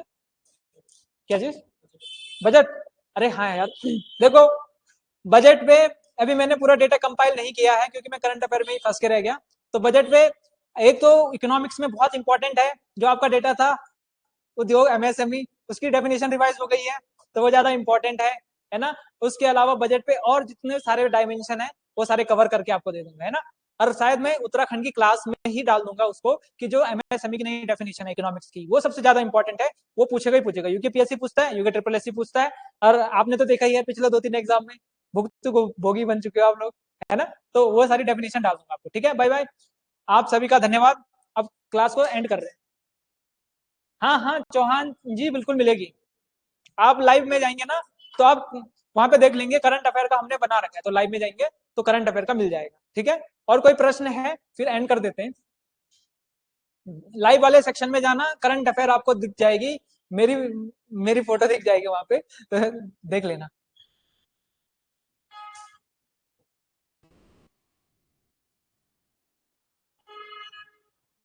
जी ठीक है, एंड करते हैं क्लास। पढ़ते रहो भाई, खूब पढ़ते रहो, धन्यवाद।